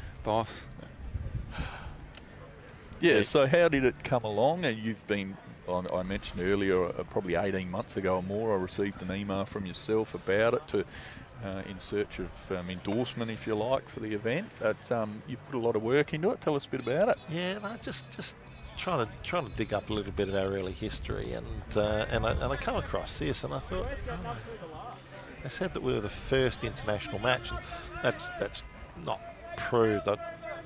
Later on, I found out New Zealand had been here, but it was the first international Great Britain match, and they just happened to come here. I think there was problems with docking the ship at Freo, and they diverted the ship around here, and they came to South Australia, and we were the first one. So I thought, well, look, too good an opportunity not to celebrate it. Yeah, absolutely. And it is a bit historic. I mean, we've seen what the Centenary Test has done for cricket back in '77. I'm not saying that we're on the same level, but I think it's good to have a little bit of a fun day at the end of the year, and I think it's proved that. I think everyone's sort of enjoying themselves out there. Yeah, absolutely. And there's the book that Carolyn found, but there's also minutes mentioning the game as well as newspaper articles. Did you source them out? Carolyn said she's a bit of a historian. She come across them. Yeah, I'm very clumsy, mate. I'm not allowed to actually touch the book. It's 100 years old, so so Carolyn's read it, and it makes for interesting reading, apparently. But yeah, look, just put yourselves in their shoes. It would have been two months coming out, 2 or 3 months bowling, another two months coming back. So it's a big commitment for the guys that came. A 6 months tour it was, imagine that. 6 months tour playing bowls on the P&O SS Nowdera. There you go. Well, I hope I had some pocket money, because 6 months for me playing bowls would cost me 20 grand. Yeah, absolutely. And I mean, to your credit here today, to get so many people with the background, all of them having connections, how did you find out who played for who, and how did you get these teams together? It's amazing. You've got 40 people here. I called in some favours. We reserved at least 8 spots for local players. That's turned into 10, now 11 with Mavi.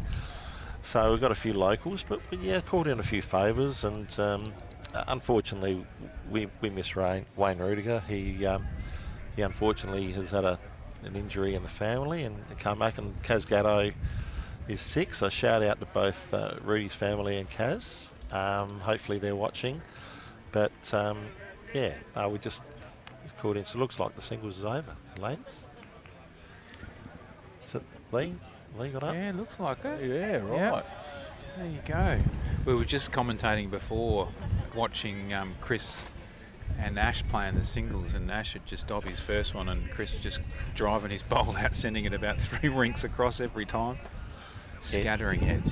Yeah, we got some plywood boards down there, so I was thinking about maybe reinforcing the windows behind Chris's ranks. I sort of knew that he'd have a bit of a go. Yeah, he doesn't miss often too. No. Jeez, he's played some beauty shots.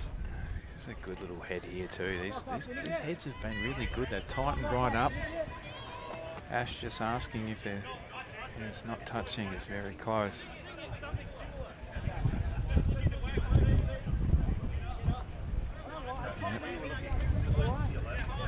Be a tricky shot with the wind coming across him. Absolutely. It's, I saw Jaden's bowl take off before.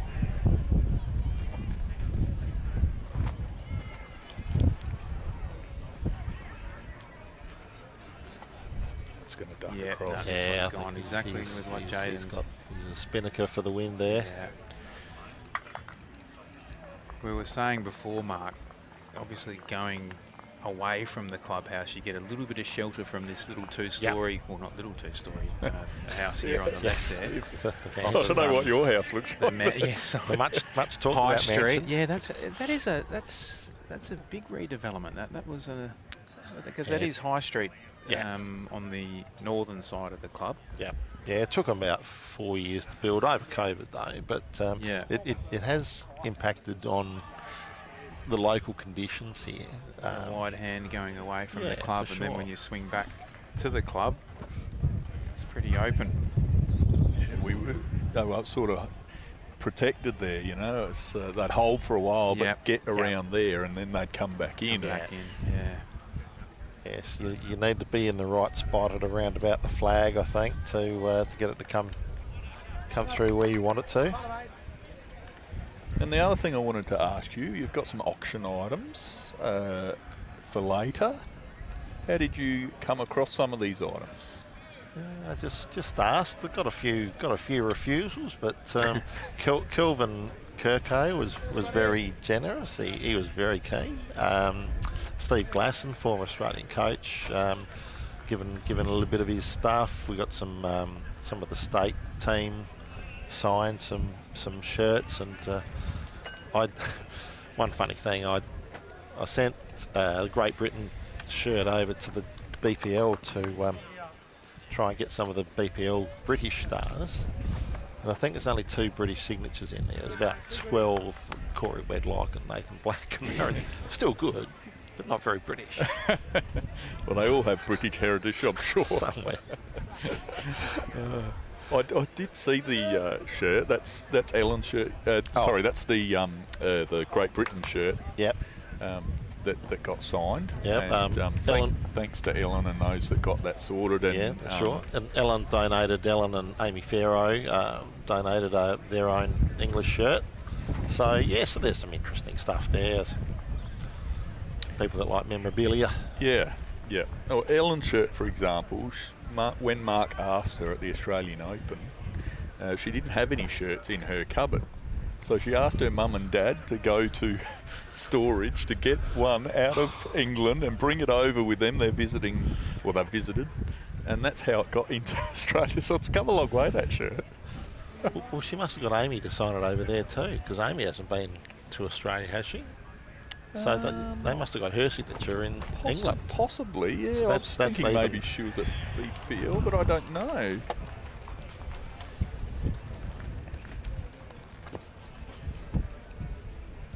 Wind has picked up a little bit, hasn't it? And players just having to adjust their line. Dave Bryant holding a couple by the looks of it.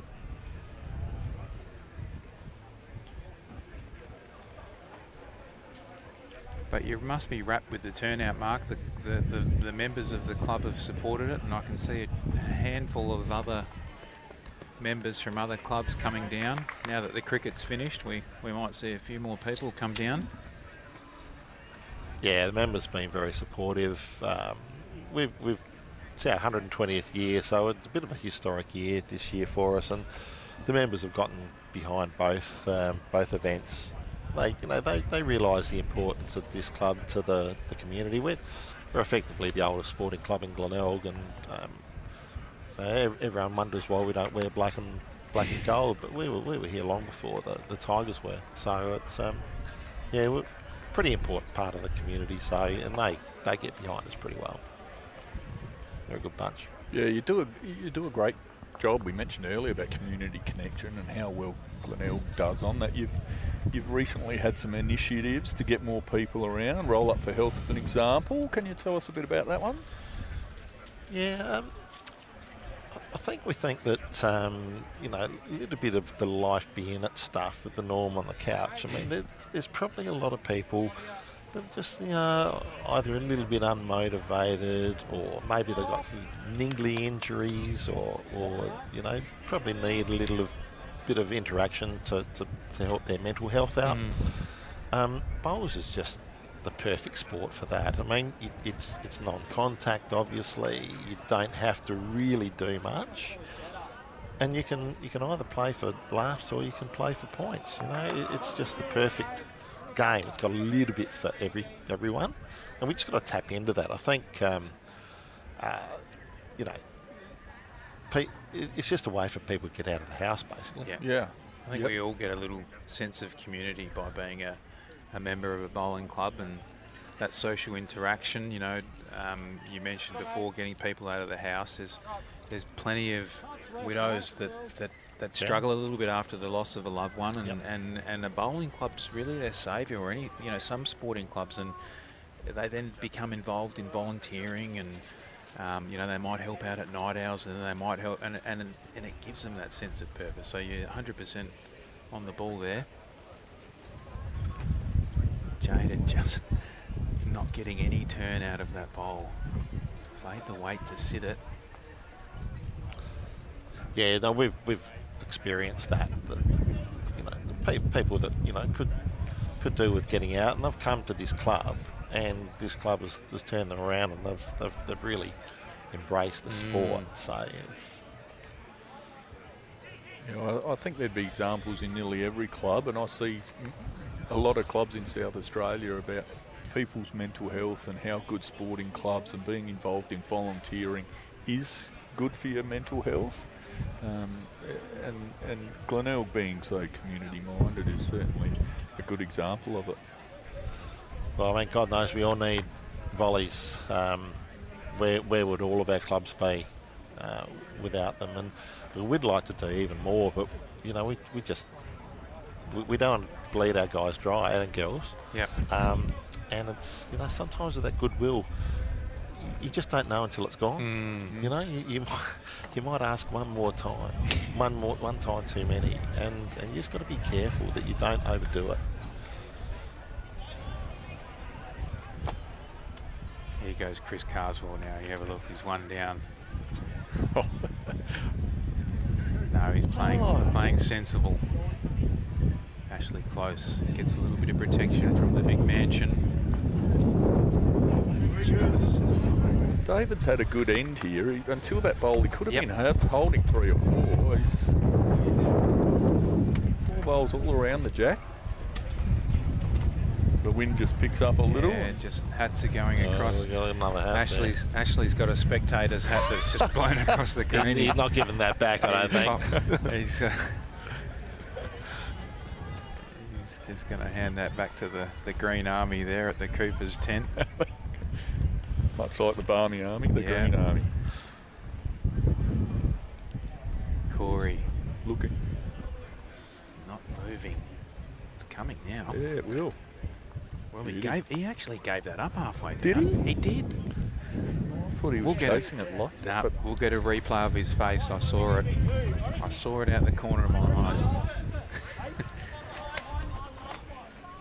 so, without looking close, they probably got 3. Yep. Could be 4. Corey and Ash using the same bowls, the Dreamline XG. So Ash has seen what Corey's bowl just did from out there.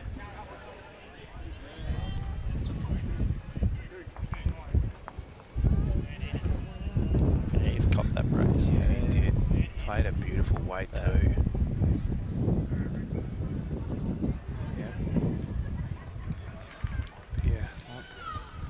Yeah, when you're talking about things to help people get back out and about, Closey's mob at Medimart, one of our sponsors. Yeah. They got all sorts of things to help people sort of with their mobility and confidence. You know, that's what it's all about. Sometimes people need confidence, and if you can find appliances that can help with that, whether it be sticks, we call them plungers, you know, the balancing sticks, arms, you know, walkers. Yep. So just that gives a bit of confidence to people who might think that they can't do it without.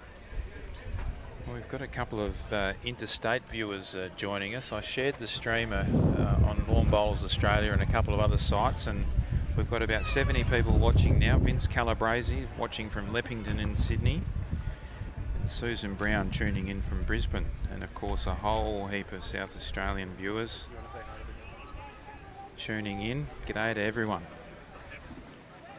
And as we mentioned before, David's 2 grandchildren in the UK. Oh, it was David's grandchildren, wasn't it? We were trying to figure out whose grandchildren they were. Where are those notes? Yeah, they are. Well, there you go. We don't know if they'd still be up because it'd be near 4 o'clock in the morning right now. Caden and Xavier. There you go, Caden and Xavier. Shout out to them. Shout out to them. Yep, absolutely. We worked out earlier they'd have to be up at 3 o'clock in the morning to be watching it. Well, they might get to watch the replay. So, g'day boys. Have a great Christmas. Pop's put in some good bowls today. Has he ever? But we did get a score check that Leeds beat Crystal Palace 4-1 last night. So if they're Crystal Palace supporters, they won't be happy.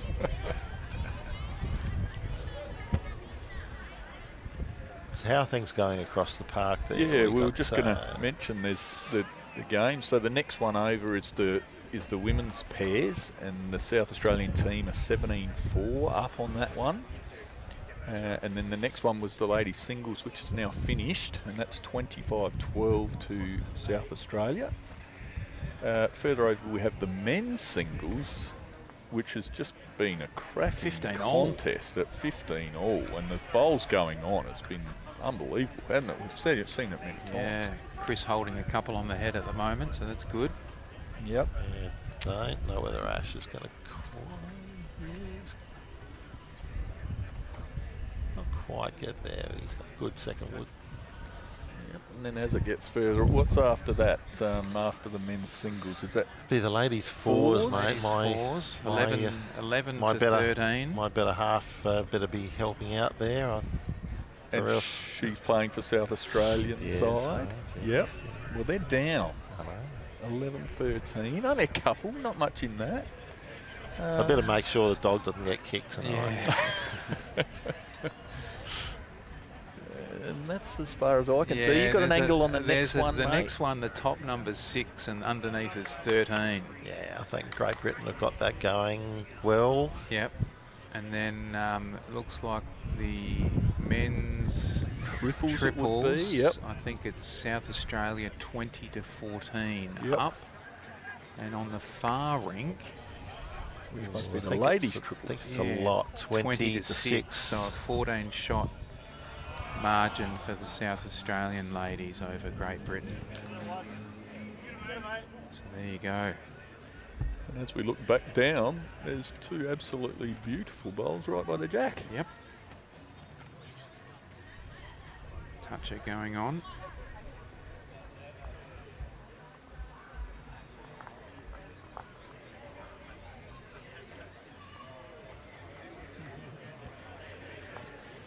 Uncharacteristic bowl there by Ash. Won't be happy with that.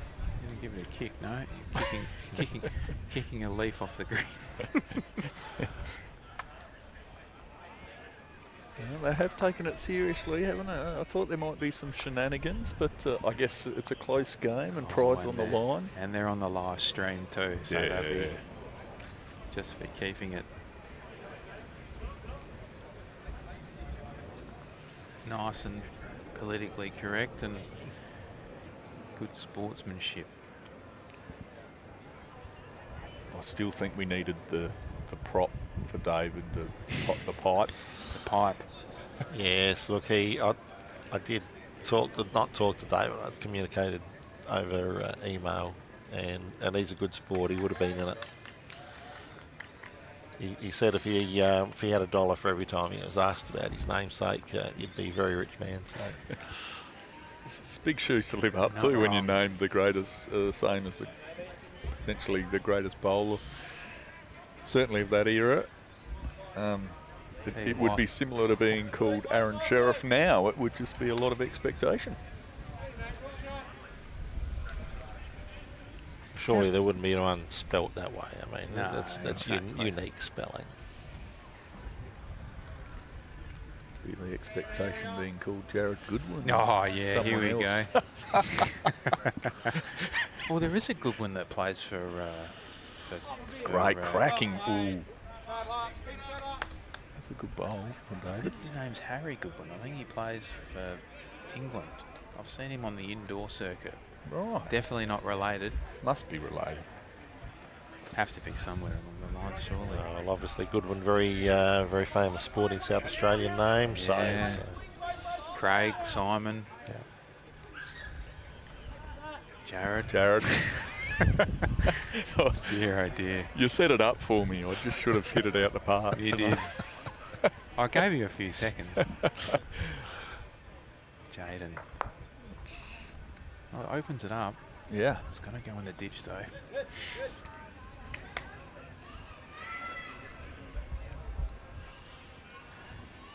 These Coopers, these are great. These little umbrellas, aren't they? With the barrel bars.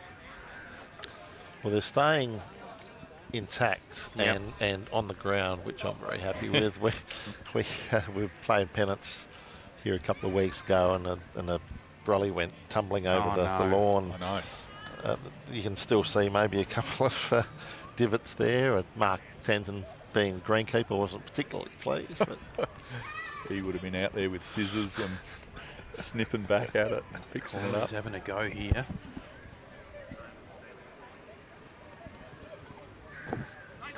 Going to get that one out without the... what a shot. How did he clear? He did call it too, no jack. I mean, that's precision, isn't it? Have That's this on the replay. No jack. Bang. because he's got Corey in the back left corner. Ashley in the back left corner. If he did click the jack out there, he's still down, but he's done an unbelievable shot there. Gives a little... They had a little tip. Ashley. Well, I know what I'll be playing here. I'll be putting the jack right in the ditch. Had a couple of swings at it, so he likes it too. Reasonably straight. Oh, he's got them both out.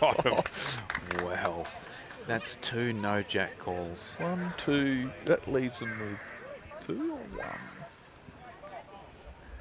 Enough room though. Yeah, Both of them look bowl at to that. come. It's a shame he got that one there of Jaden's out. If that sat there, it'd be... Well, he had a couple of options, didn't he? He'd need both of them or the jack in the pit. I mean, that was the ultimate result. See, and you can see how much it... Look at him. Yeah, he's This is passionate. no fun game. Look. Look at that. Off the green and Wow. jumping. He's agile for the big fella. Yeah, he gets...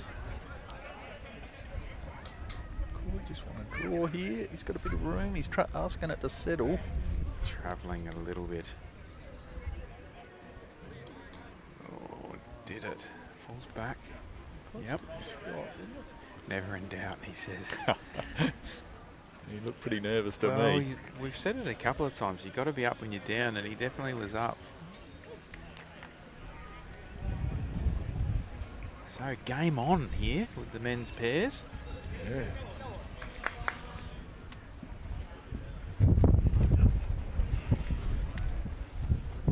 Looks like Ash might have got a bit of a number on Chris just then in the singles. Oh. So we're just looking at the marker. It's 18 or 19, 15. Looking at Looks like No, Chris was 7, Chris. 16. Okay. Chris the was marker might have put Yeah. one on for Ash, but it might have been. Here we go. He's running again. Jack in the ditch. Oh, wow. missed the jack and the bowl. Dear, oh dear. We got to get a look at this on the replay. How did that miss both? It did not look like missing. Here it comes. The tape's going to go round. There wasn't much. It goes under the jack Oh. and just misses the bowl. Here we go. This is the view we want. Because it's almost in line, the jack and bowl. It's actually a target, but just to see him. Oh, I still can't believe it. I'm amazed the jack didn't move just from the airspeed. The airspeed, yeah. One shot to the Great Britain team. 14-9. 14-9, yep. Well, they need it. Like it's not. The whole match isn't completely finished at all. There's some close ones. So it's still 4 inks apiece. Is that what we're? That's what we Yeah. think. 4 inks apiece. I think.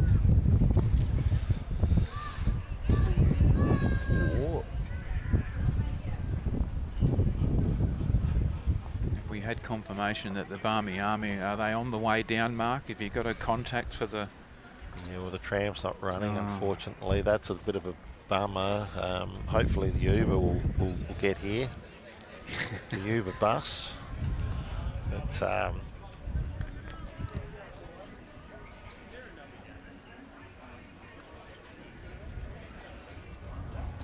And you've got a little bit of live entertainment after this, haven't you? You've got... yes, our very own Mark Feedham. He talked up a big game, said he goes pretty well, and he's had a bit of a warm-up beforehand. Probably won't let out too many secrets, but being Gravy Day today, he's going to Bit of Paul Kelly. He's going to lead off with PK, so that should be nice. No, he goes okay. He goes all right. His girl, his daughter, is usually his sidekick, but he's going to do it himself today. But another old teammate of mine from Holdfast Bay, and I never knew that he was an entertainer. Yeah. We had the karaoke come out a few times after a few pennant games, and Feeder, I can't say that I ever saw him grab the microphone. Maybe he was just keeping that under wraps. Keeping it under wraps. So, what was your go-to, Goody? I've got to know. Well, with the country connection, I used to get a little bit of Glenn Campbell going. Beetle Murdoch loved a bit of Glenn Campbell. Liam Coe, Wichita linesman. They loved it. Yeah. Gentle on My Mind. I've got to say, I did a very, very quick work trip to China, which involved a karaoke bar, and come my turn, and I selected Lucky Star by Madonna, and that freaked a few of them out.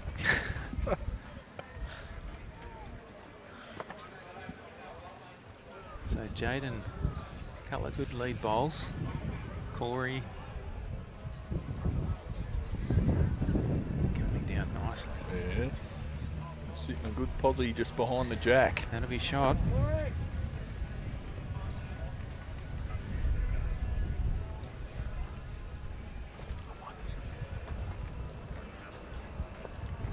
Well, Mark, you're going to head off.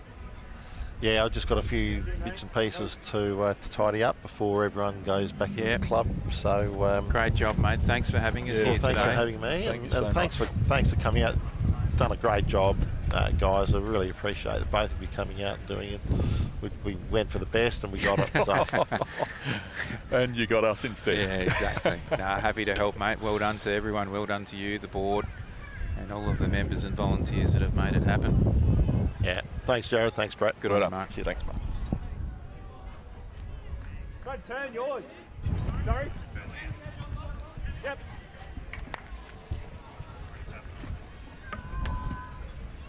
So, Ashley Close coming down on the forehand.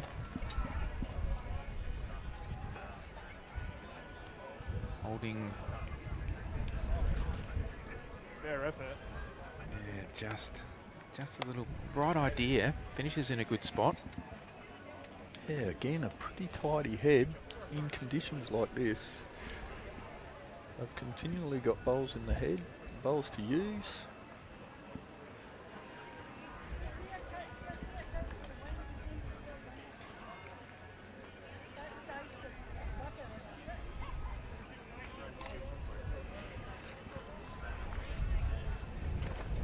Oh, Christopher.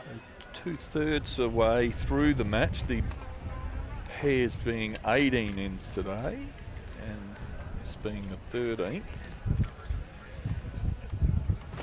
Yeah, we got through the first few pretty quick, and then I reckon as the greens have gotten a little bit quicker, the wind, boys taking their time. Yeah, I think that's once. I think it was all shits and giggles, if you don't mind me saying that. But now the pride's on the line. Yeah, Things have got a little bit more serious, haven't they? They definitely have. Who plays Sandy first?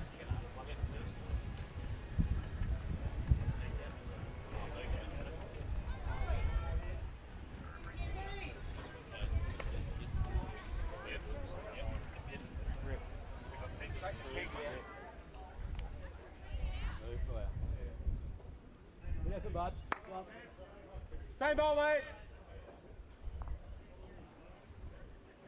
Same again.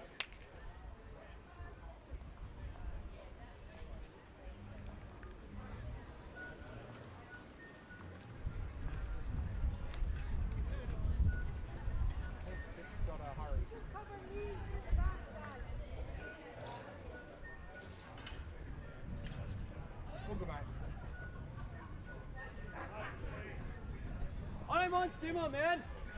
Like, turn one of them other heads great or move that. Turn that through the jack.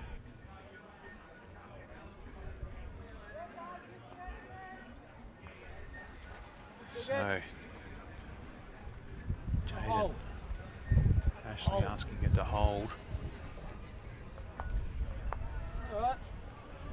Just over the right pole. Yeah, enough though, or are we still thinking they're down? Don't know, it looks shot from here, doesn't it? It's always a funny angle with the TV, you're never quite sure. Players don't give you too much. Not usually. Normally doesn't play their shot. They change their shot, sorry. There you go.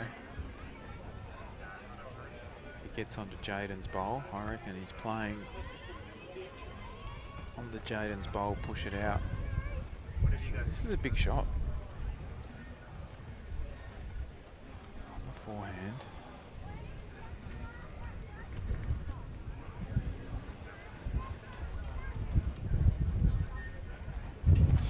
Likes it. Not bad. Oh, just a gust held it, did you? It's coming. Here it comes. Oh, Well, oh, there you go. Couple out of it, I think.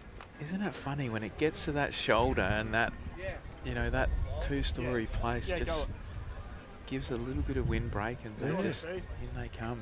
Well, 3/4 way down, it was Yep. going straight, holding, and then just whips in. Look at Dave. Dave was never in doubt. He knew the home team advantage. Oh, where's he from? Port He's Noarlunga. down south, Port Noarlunga, Dave. Yep. Part of their side that got promoted to the Premier League last year. Doing very well too.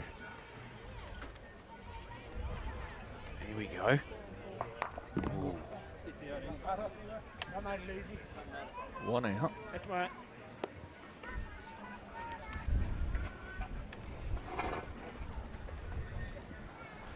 One out.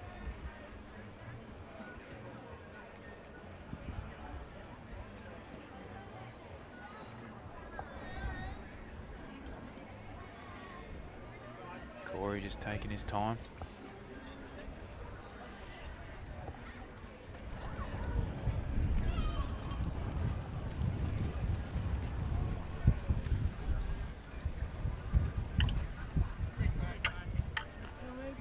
Just a bit high and quick. Saying it's quick. Yep. Alley, mate.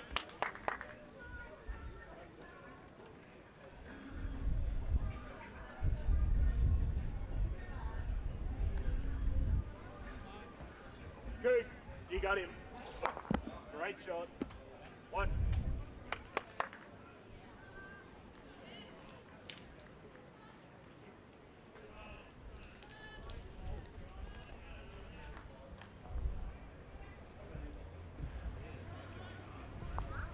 South Australia with another score. Pulling away from the Great Britain side now. Good quality game. Yeah, we've had some really good heads, some big shots.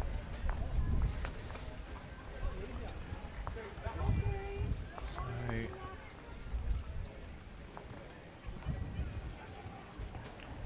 looks like South Australia 14-9 up in the men's pairs. Looks like the girls pairs are down 17-4. We know that the women's singles game is over, 25-12, a victory for Great Britain. Chris and Ashley having a shoot off 19-18. 25-12 South Australia. Yep, in the singles, yep. And then looks like Ash Halls is one up in the singles, and then it's one up 14-13 on the rink next door in the women's fours. 21-17 in the triples for the men, and 20-8 for the women's triples, and we just can't quite see that other score of Luke Petersmar.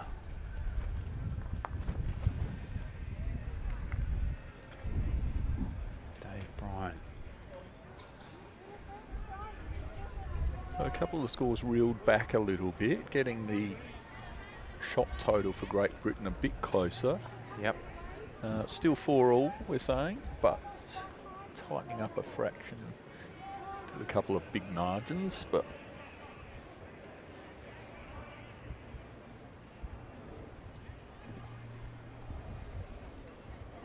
I haven't really taken much notice of mat position, but have they brought the mat up a little? They haven't. No, they've kind of been playing the same length, a little bit of middle.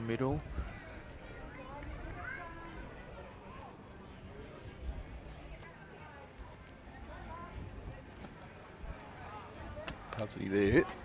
Yep.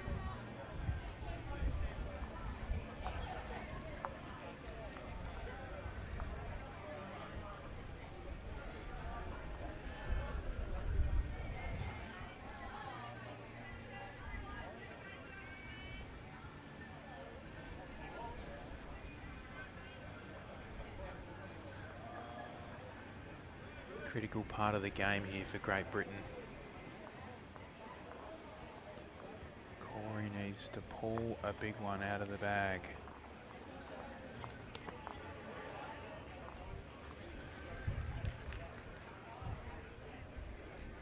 He's done it a few times.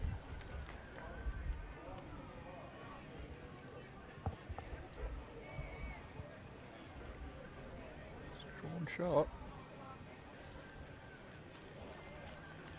Corey, just 8-10 inches behind the jack, maybe a foot.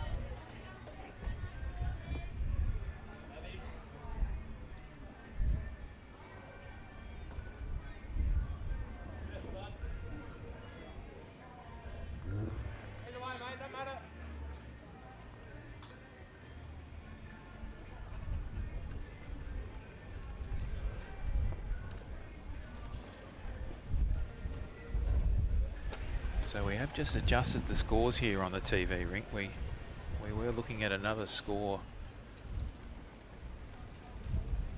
on the computer, but the players are using the bowls link, so it is in fact Great Britain 14, South Australia 10.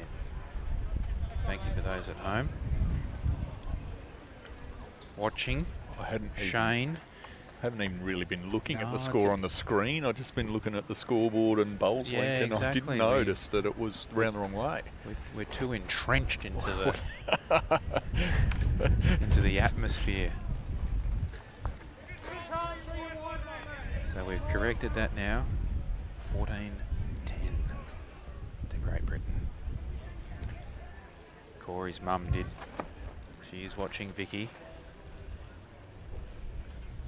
She was on the ball. So we've corrected that.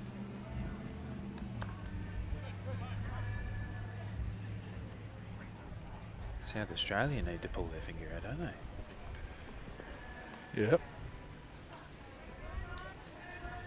I feel like David's put good bowls around the mark, and Corey's had to do what Corey can do.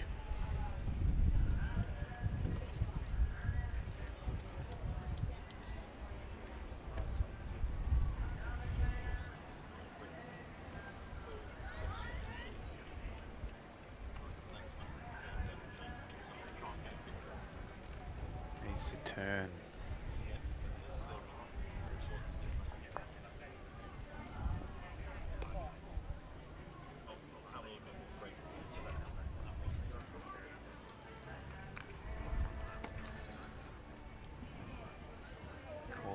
Forehand, that's, yeah, he won't be happy with that one. Here we go, big bowl here by Coog.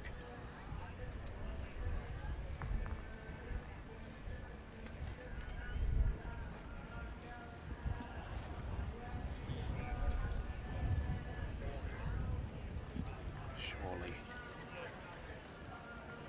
Hurry up. Or is it going to stay up? No. not quite. David indicating that they're holding. He's got to change. He's got to go the backhand. He can't play the forehand. He runs the risk of turning that bowl up. Yeah, he's left it high. It's a good safe miss. Yep, flying. 1 to Great Britain, 15-10. So across the other rinks, it's now, is it 6-2 in games? 1, 2, 3. That one's level. The two end ones to South Australia. Yeah, so South Australia. So yeah, it's 5.5 at the moment. 5.5, yeah. Great Britain fighting back.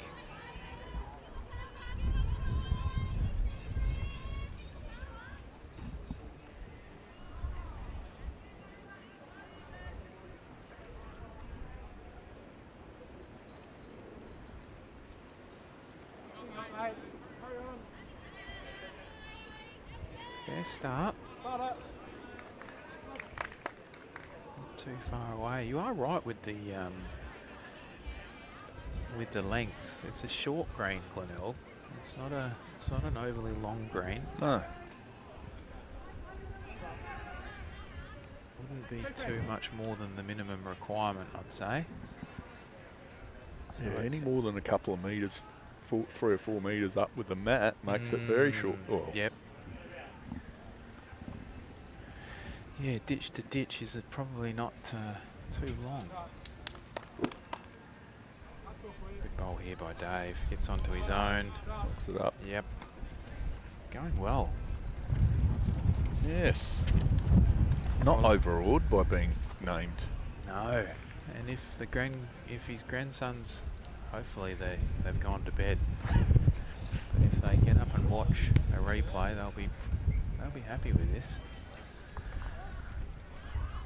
Jaden would not be happy with that. He's not happy with that at all.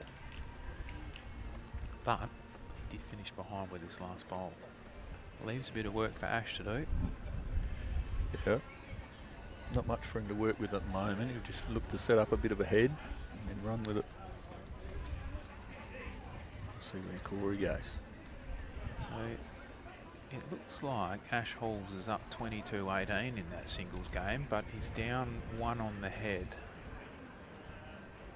No slouch, Ash, when it comes to singles.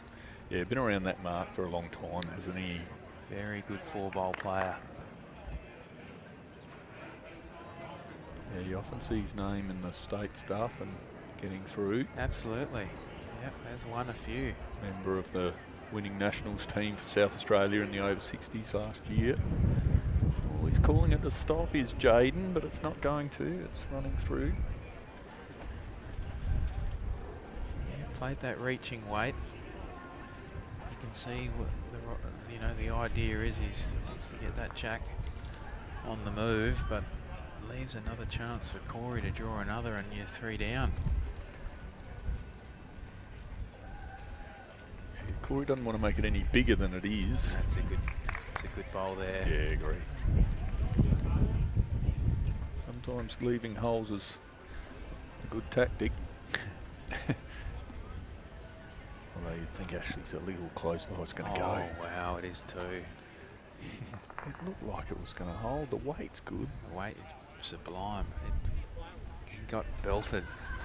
You want to tag out? He got belted in the wind. Ash has just joined us here in the commentary umbrella. Do you want to Go and comment, Ash? Grab yourself a Cooper's. He's going to jump in and join us. He's going to put the headset on. Chuck it on. What a treat. We've got one of the players on board. G'day, lads. How's it going? Wonderful, thank you. Are you enjoying the day, mate? I'm enjoying the day. It'd be nice if I get something close. Well, it seems like it's tricky conditions. It's blustery, windy. As they say, it's blowing its face off. And Navi, get the jack moving, please. Get the jack moving, please. Yeah. Don't be short, Jaden. Get that head bobbling, please. Yeah, he's actually been decent today. Yeah, he's had a bit of a grin on. Yeah, he's been He's smiling. got a hat on too. Yeah. He bobbled it off. He bobbled it off soon enough. Tell you It's what, not bad here. Oh, what's our closest? helps. Helps. So what are you thinking now, mate? You still going to play on the backhand there? Oh, not your backhand, your left hand. Yeah, that's right. The proper hand. The proper hand, the forehand. I think so. I think we need to get the jack moving. We can't draw, so we're going to need to play a bit more aggressive. I'm a little bit worried about not calling the head in. Mav's going to have to play his own shot. He's looking at me with a little 6-7 going on. Mate, I think it's backhand. Trail it, isn't it? Yep. That seemed like the shot, boys. Yeah, that's the shot. That's the shot. That looks like it's not enough weight. It does look narrow too. It's turning early. That's because Yes. you're narrow. But if you land that, we're happy. Oh. I'll turn them into counters, boys. Here we go. There's the Turn call. them into counters. What do you think? A left-hander, little swinger down on the forehand, trail in the corner for 3. You got a bit on offer there. Yep. Yeah. You've called it. I think that's it. We All might right, have to mate. get that. Good luck. Talk to Mav. Put Go- everyone go to sleep. well. Okay. Jump on, Matt. No, he's Oh. going down to the head. He's it's gonna he's How's that? Oh, that Bit of was running- fantastic Bit for of him to running jump commentary on. for the. He'll go home and have a listen to that too. Some of his good work. We had planned on miking up one of the players, but with the wind and some other issues technical, it didn't happen, unfortunately. It would have been good to have Ash's running commentary. Well, here we go. He's called the shot. If he plays it, he'll be He will he'll come watch over. this 100 times when he gets home. Chris Carswell driving again over there. All right. Just going to go. Gets to that. Similar to what Mav played, wasn't it? Yep. Just under the line. Well, there's a comment there from one of my Adelaide teammates. Did you drive Jared Goodwin or go by scooter? Oh, that's a good comment. I like it. The scooter is in the car. I did get it out today, and just for those listening at home, I might have come off the scooter after coming home from the cricket Friday. Do not go across freshly top-dressed grass at Rymel Park because your front wheel will sink in and you will be airborne. I'm very lucky that I landed on grass. A little bit sore still, but a little bit less than the day before. So were you going at a fair speed? No, it slowed down and it was silly. Just let Closey watch this bowl come down. He likes it better. He's on a better line. Tell you what, he's got the jack, hasn't he? Has he ever? Oh, whiz. That would have been a good 3. I think it's only 1. Yeah. Oh no, 2. We might throw to another advert, and then I'll tell you the story about the scooter, Herb. It's a good one. Keep us in suspense.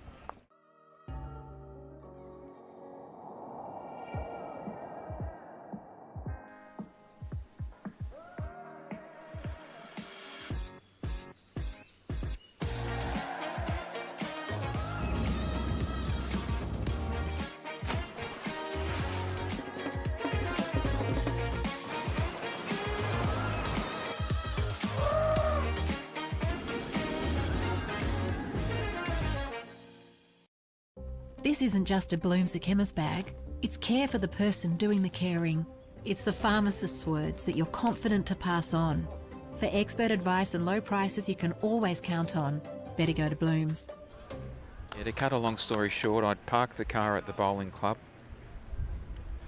and went into work, went to the cricket, got on the scooter, rode back to the Adelaide Bowling Club to get back in the car.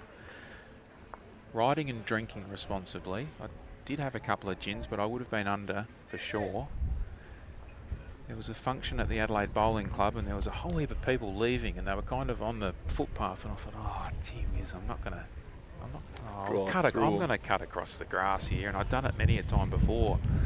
But of course, with all the festivals in Rymel Park recently and the Adelaide 500, they've obviously top dressed the grass because of Wear and wear and tear. Yep.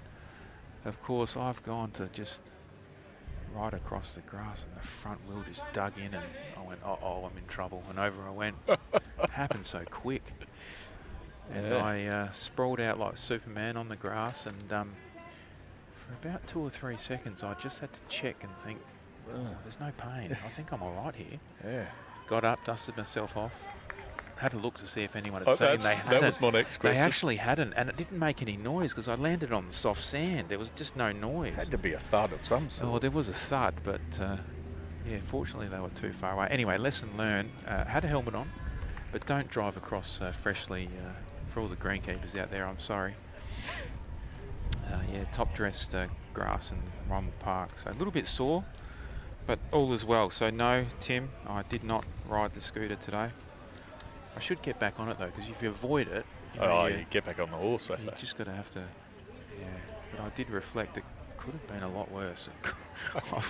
Is it a sign that I give the scooter away? Well, or I just don't ride across grass and just be sensible? Probably the latter. Anyway, Dave Brian, have a look at this, would you? Yeah, well set up. Couple of bowls, not so close. Jaden's got a couple in there too.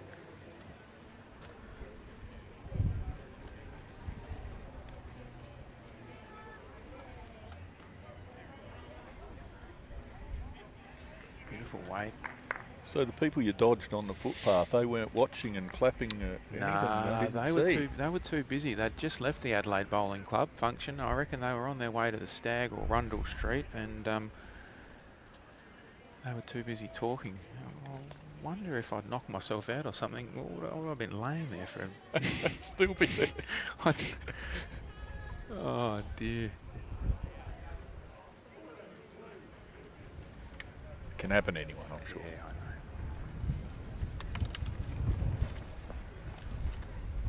Corey just missing. Good position though.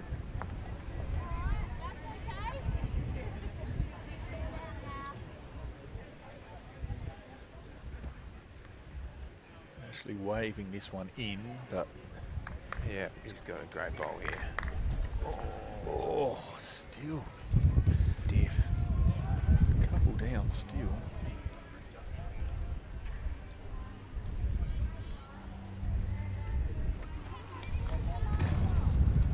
Just having a look at this on the replay. Yeah, wow. So Great Britain 7 in front on this rink. We've got 2 to play. Something needs to happen.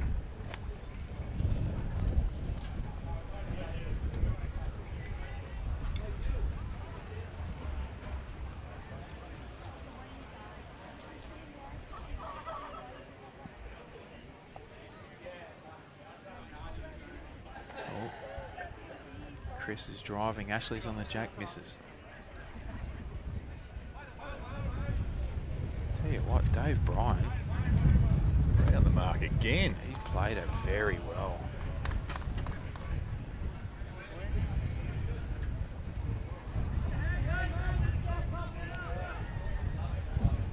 Actually there, just calling a play through. Yep. Get rid of the bowls. Jack would be okay too. Played with enough weight. Good shot. Good. Another one behind. Yeah, they've got the backers. That's the thing. It punched it through.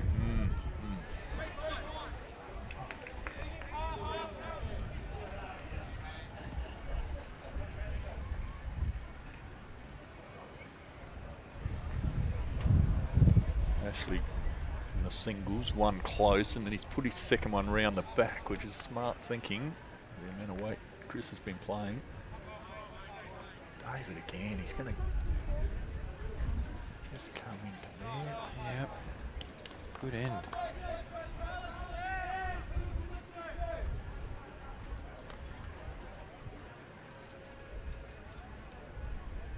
Ash did say that they're not drawing, so they've got to play. Yep. Play with weight, and it's only just reaching through. I trailed it there, it'll be worth 3 now. So So we've got some viewers on the Spacequake YouTube channel there. So we've got some people watching from New South Wales and Spain. Yeah, I saw the Spain. Hello to you. And Bulgaria. They must be up late.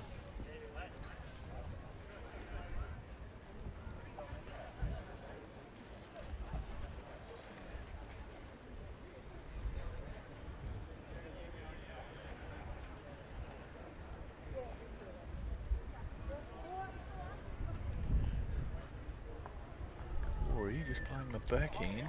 Yep.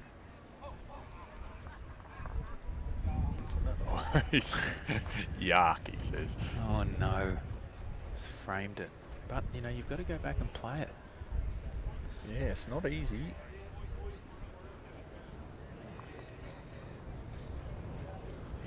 He's undecided. I don't like that. Usually you just march up to the mat. He's probably thinking of, there's only a couple of ends to go. Where can I make a number? The head's changed a little. That little trail's not really available. David's bowl's in the way.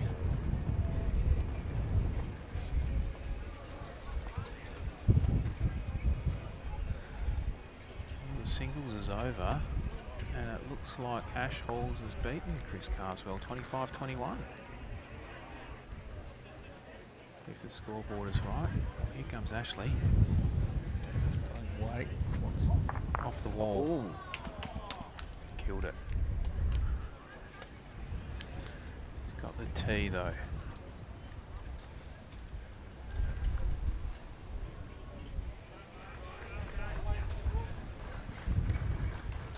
So now it's a draw off. Yep, they're holding one.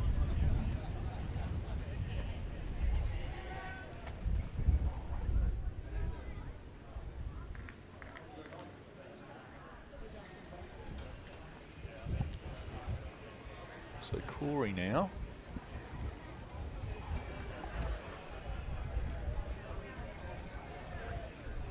On the backhand. 4 foot to draw a second.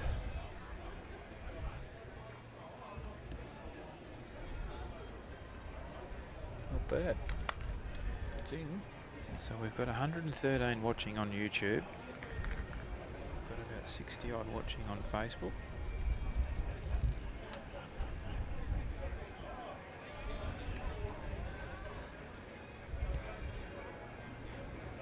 Ashley has to run. Looks like it's going to be okay. Get up there. Yep. All right, all the locals are clapping. South Australia. What's that? Up and back.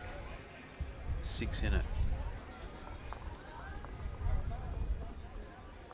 17-11. Yep. Up and back.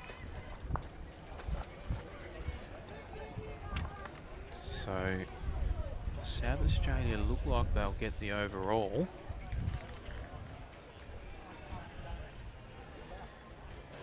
Yeah, I think we've got 1, 2, 3, 4, 5 rinks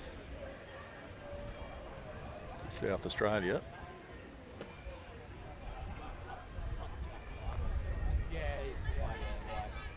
Yeah. If you'd have missed one, did what you did. We're playing on a team. It's all, yeah. Jaded just a bit high. Would have loved to seen him put the pressure right on from the start there. Just draw a toucher.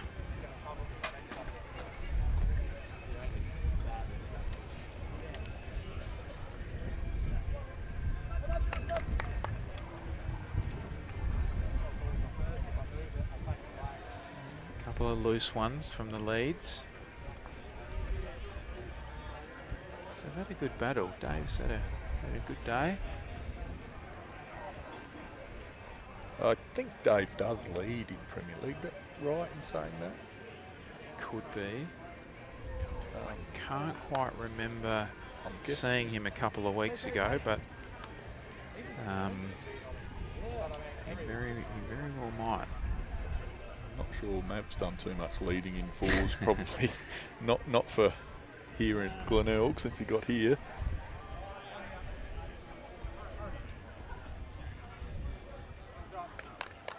Good correction by Dave. Yeah, absolutely. Yes.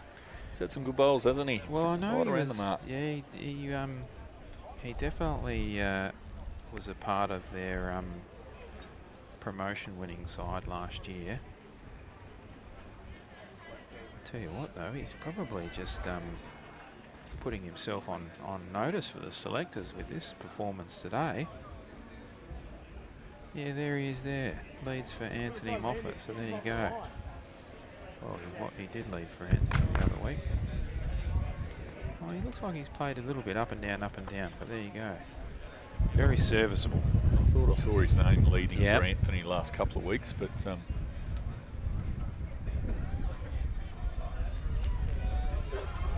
certainly, like you say, certainly done himself no disservice today. He's been around the mark. It's great to see, really, isn't it? Absolutely. Setting up good heads, Corey to work with. Well, the SA boys need to do something very quickly. They've got the two backest.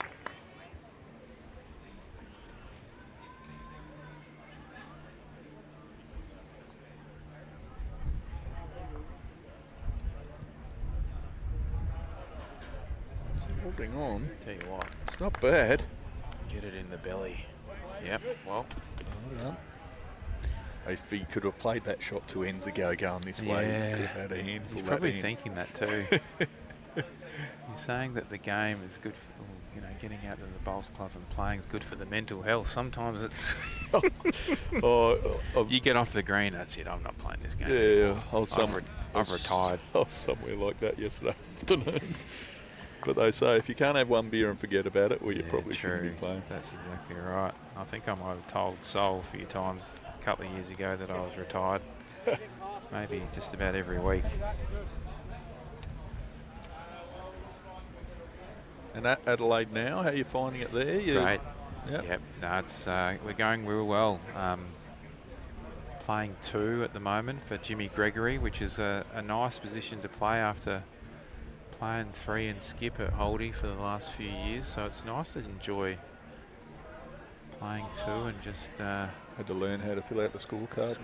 Might have forgotten a few ends. Yeah, you can do that when you're not used to it.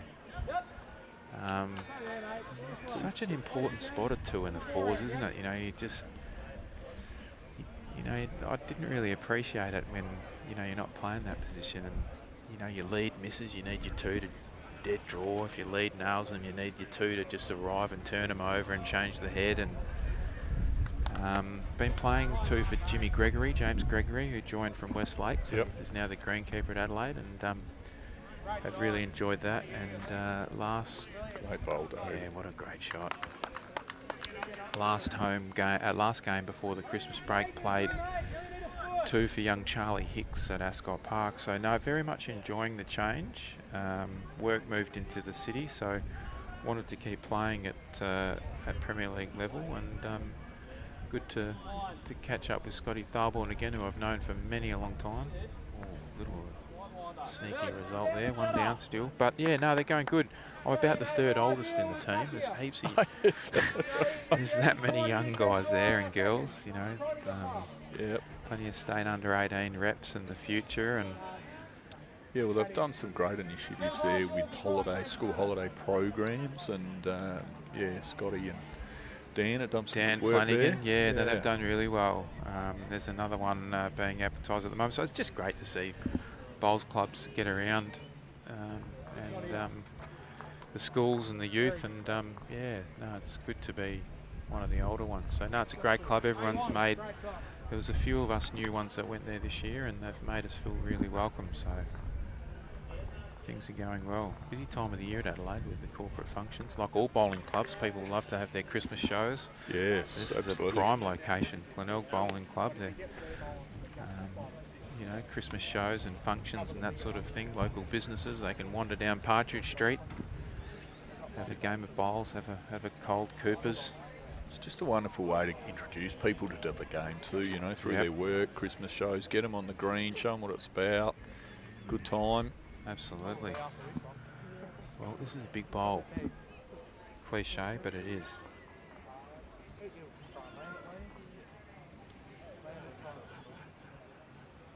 we can get Dave's bowl out and put Corey under the pump.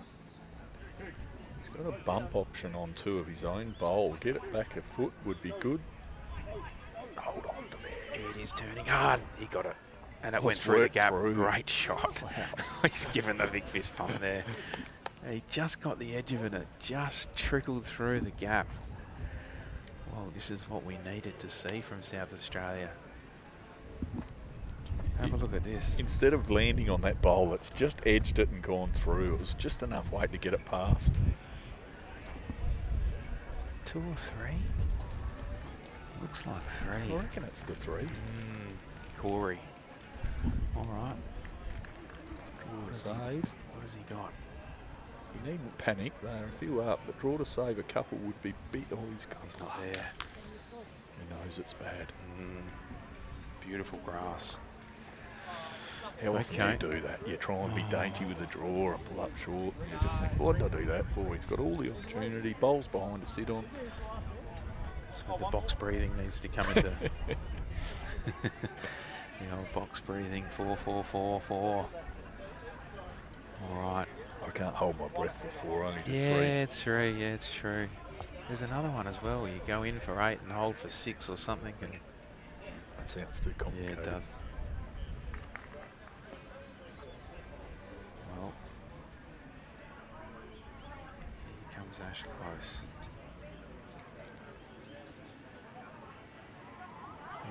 Needs this to count. He doesn't want to hit the front. He's waving it out. He's going to get a rub off of it. Oh, it is too. Yeah. Well, he had the right speed, and he just got enough of the rub. He's given it a fist pump too. Well, there's 4 there. It'll certainly make the last end interesting. Absolutely. It's what we. This was the end that we needed to see. You could see the boys, and in saying that, you know, Dave bowled a couple of good ones. You know, they. Corey will do something here. I've seen him play enough of these. I'm calling it. What's he going to play? I think he's going to play. I think he's going to play big up the middle. Do you? Yep. They've got the tee. You're 6 up.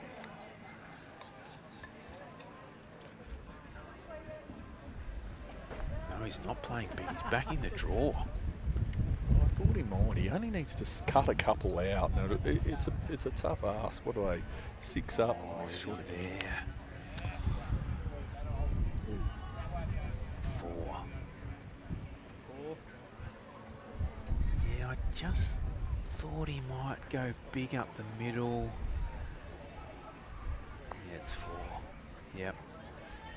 So there you go, 17-15. Last end. 1 end to go. Well, Matt's gone right back, so here we go. Basically standing on the tee. Yep.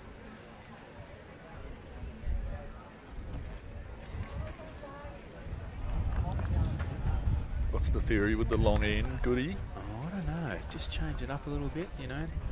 He's a couple metres short, or metre and a half short of the tee. Matt goes back a little bit, just gets the other lead thinking, but most importantly, he's got to nail this first one.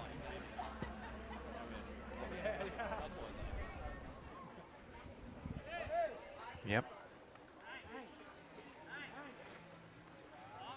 Pretty good start. Yeah. Ran on a little bit, good weight. Cougars, he's hungry for the win now. He's got the big sniff. It was a big 4, wasn't it, late in the game? Was. Yep. I feel like Great Britain probably have had the better bowls at this stage. And Corey's clapping this one halfway down. It's a big bowl by Dave. All I could see was aiming for the hole and piecing that and dropping a 5. And I was like, Mav, his second bowl. He sits that one of David's out. He has. Wow. Fortunate. Yeah, it was a lot of waves, wasn't it? Not really a lead bowl.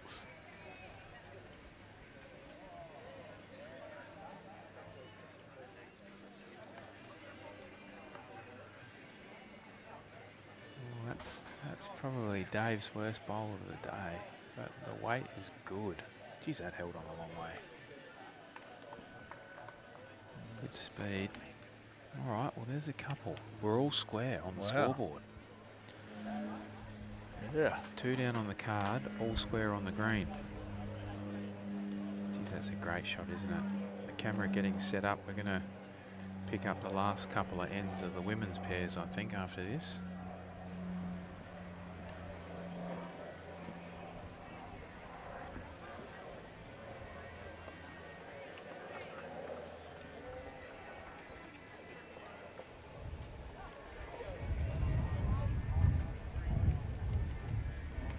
Ashley, did he send it? Yep, he's in. Isn't it funny, they're turning as you're coming back to the clubhouse with that westerly. They are turning back across the line. Corey changing hands.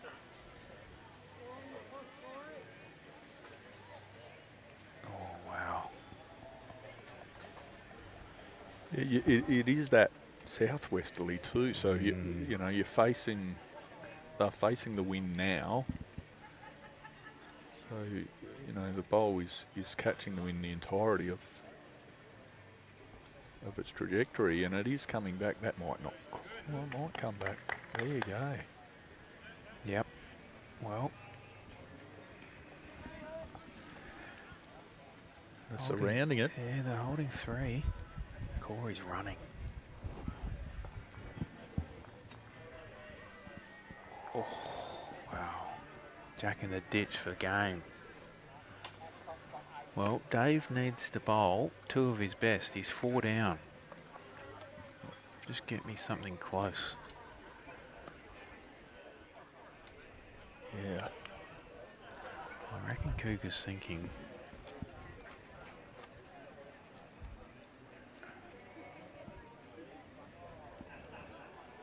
They're having a good chat. Yeah. I wish he was mic'd right now. It'd be great listening, wouldn't it? He probably doesn't mind how it's set up. You know, there's gaps. Yeah, that's exactly right. There's nothing really to sit on. You know, if he sits on the back bowl, we'll probably still have 2. He's got to go bare Jack. I mean, bare Jack in the ditch wins the game for Great Britain. Well, is he going to draw to the tee then? I think he is going to get as far back as he can. It gives them an option if he has to drive out of trouble to have 2 on the tee. But it's unlikely to go out. It's going to go straight into the drink, isn't it? Yep. I don't think Dave, well, who knows? I mean, Dave, he's probably been good enough just to draw. Yeah, well, his GTRs will hold a nice straight line. No. Okay. Just missed under the line with his last couple. Okay, no, he's going to get another one in there. They're sort of not close enough, are they, those 4 shot bowls that they've got? And if you put something too close, Corey will gobble it up. Doesn't want the jack. Oh, no. No, it's okay. And it's all right. Well, I just still think the gaps are good. You know, if you put one right next to it, it just gives Corey something to land or play off of. Yeah. I think Dave might be under the line again here. It's a shame because he's had a great day. Yeah. He's had a really good game.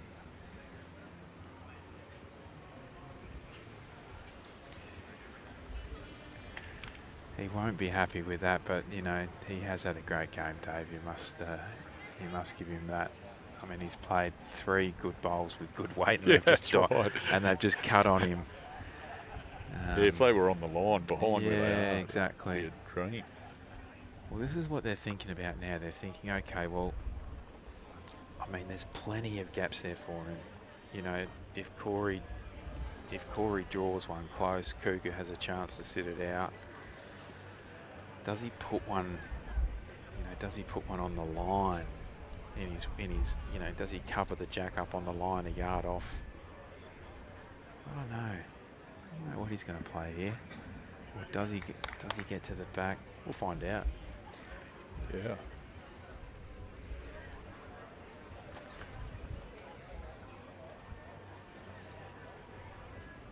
Okay, he's going at the back.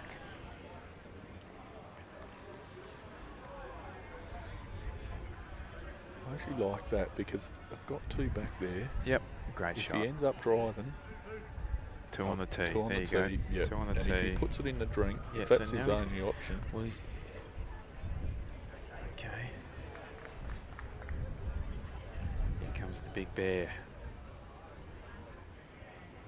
Bad. We were talking about the gaps. Is that the? What is that?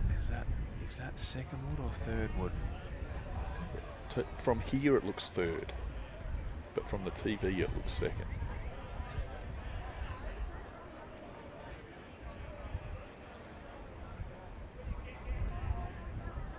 Corey's bowl, he can't really pump it out. It wasn't like it's a sitting duck.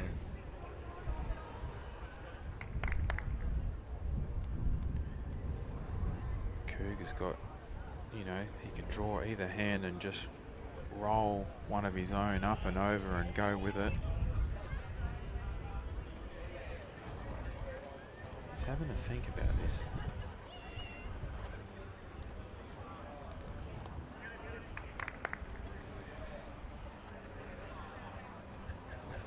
He's still undecided. I thought he was concentrating, but he's actually just wobbled his head thinking, do I play there, do I play there? It must be second wood Corey's bowl.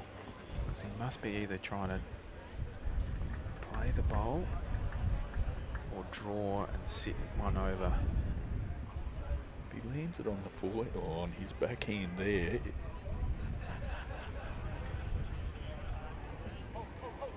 Yep. Yep. There you go. Well, that must be two. Yep. I don't reckon they can get that other one in on the front. Don't pick him up. Oh yeah, there you go. Try and see if he can. Trying to see if I can get his attention. Is he holding two or three?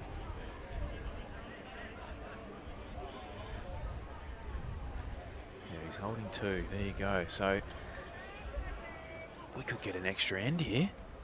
Or is it a draw? No, I think we've got a draw. Go to draw. Yeah, it'll be a draw.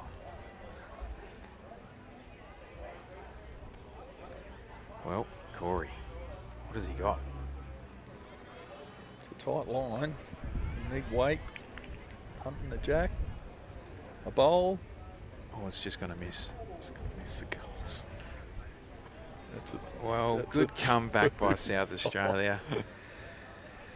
17 all. It finishes in a drawed, shared game. Good bowls. What are they measuring? Dave. Yeah, two. He had a look. Yeah, that was a fair result. Yeah, it was. Well, I think we're actually going to be going over and picking up the last of the couple ends of the women. So that was a good finish in the men's pairs. 17 all. South Australia hung in there. They've had a draw. Can Bars quite happy with the draw. Yeah, they've seen their local lad have a draw. Not get rolled. Good fight back, wasn't it? And overall, that draw could make the difference. Yeah. Although I think we are now 5.5, so it'll be a big ask, I think. Big ask, yeah. Yeah. But no, it was a good quality game. Both skippers had some big bowls, and the leads were going at it. You know, Dave had a really good game. Just that last end. Yeah. Hung in there. Jailbreaks the call. Yeah, they did.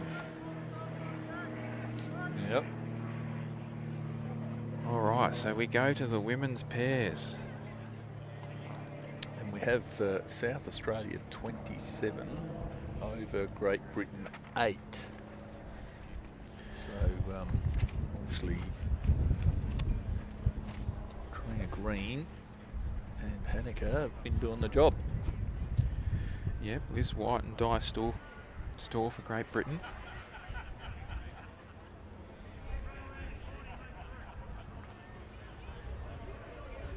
Really been keeping in touch, so I don't know who's bowls who, but yeah, I think Hanukkah's got the yellow and green half pipe, hence lights, and I think Katrina's got the blue ones. And the Great Britain girls have got the pink and the purple and white trifectas, yeah.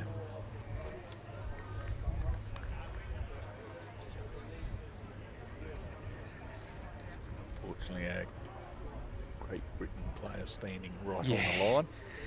Probably hasn't been streamed all day, so has no idea what's going on. Oh. Close there from... And they've shaken hands too. Yeah, they've shaken hands, they've finished. Well, goody. Fantastic today. I've really enjoyed it. Yeah, Thanks it's been great. Yeah. Fantastic. They'll, the guys will kick on if you are in the area or you have finished. There's a bit of live entertainment to come on, and the bar facilities are open. The food is still being cooked and on, and thanks to our friends from Spacequake Sports, the streaming services. Get in touch with them if you. And they're busy as they are, aren't they? They've probably got they probably had to fit someone in, won't they? Yeah. No, they do a brilliant job. Coverage been excellent. Really good. And overall, we've got South Australia 5.5 rinks with our draw here. But no, fantastic day. Thanks for all your comments at home on Facebook and on YouTube. Thanks for tuning in, and congratulations to the Glenelg Bowling Club on a fantastic display. Absolutely. Until next time, Merry Christmas, everyone. Stay safe, stay happy, stay healthy. Merry Christmas to you. Cheers, Herb. See ya.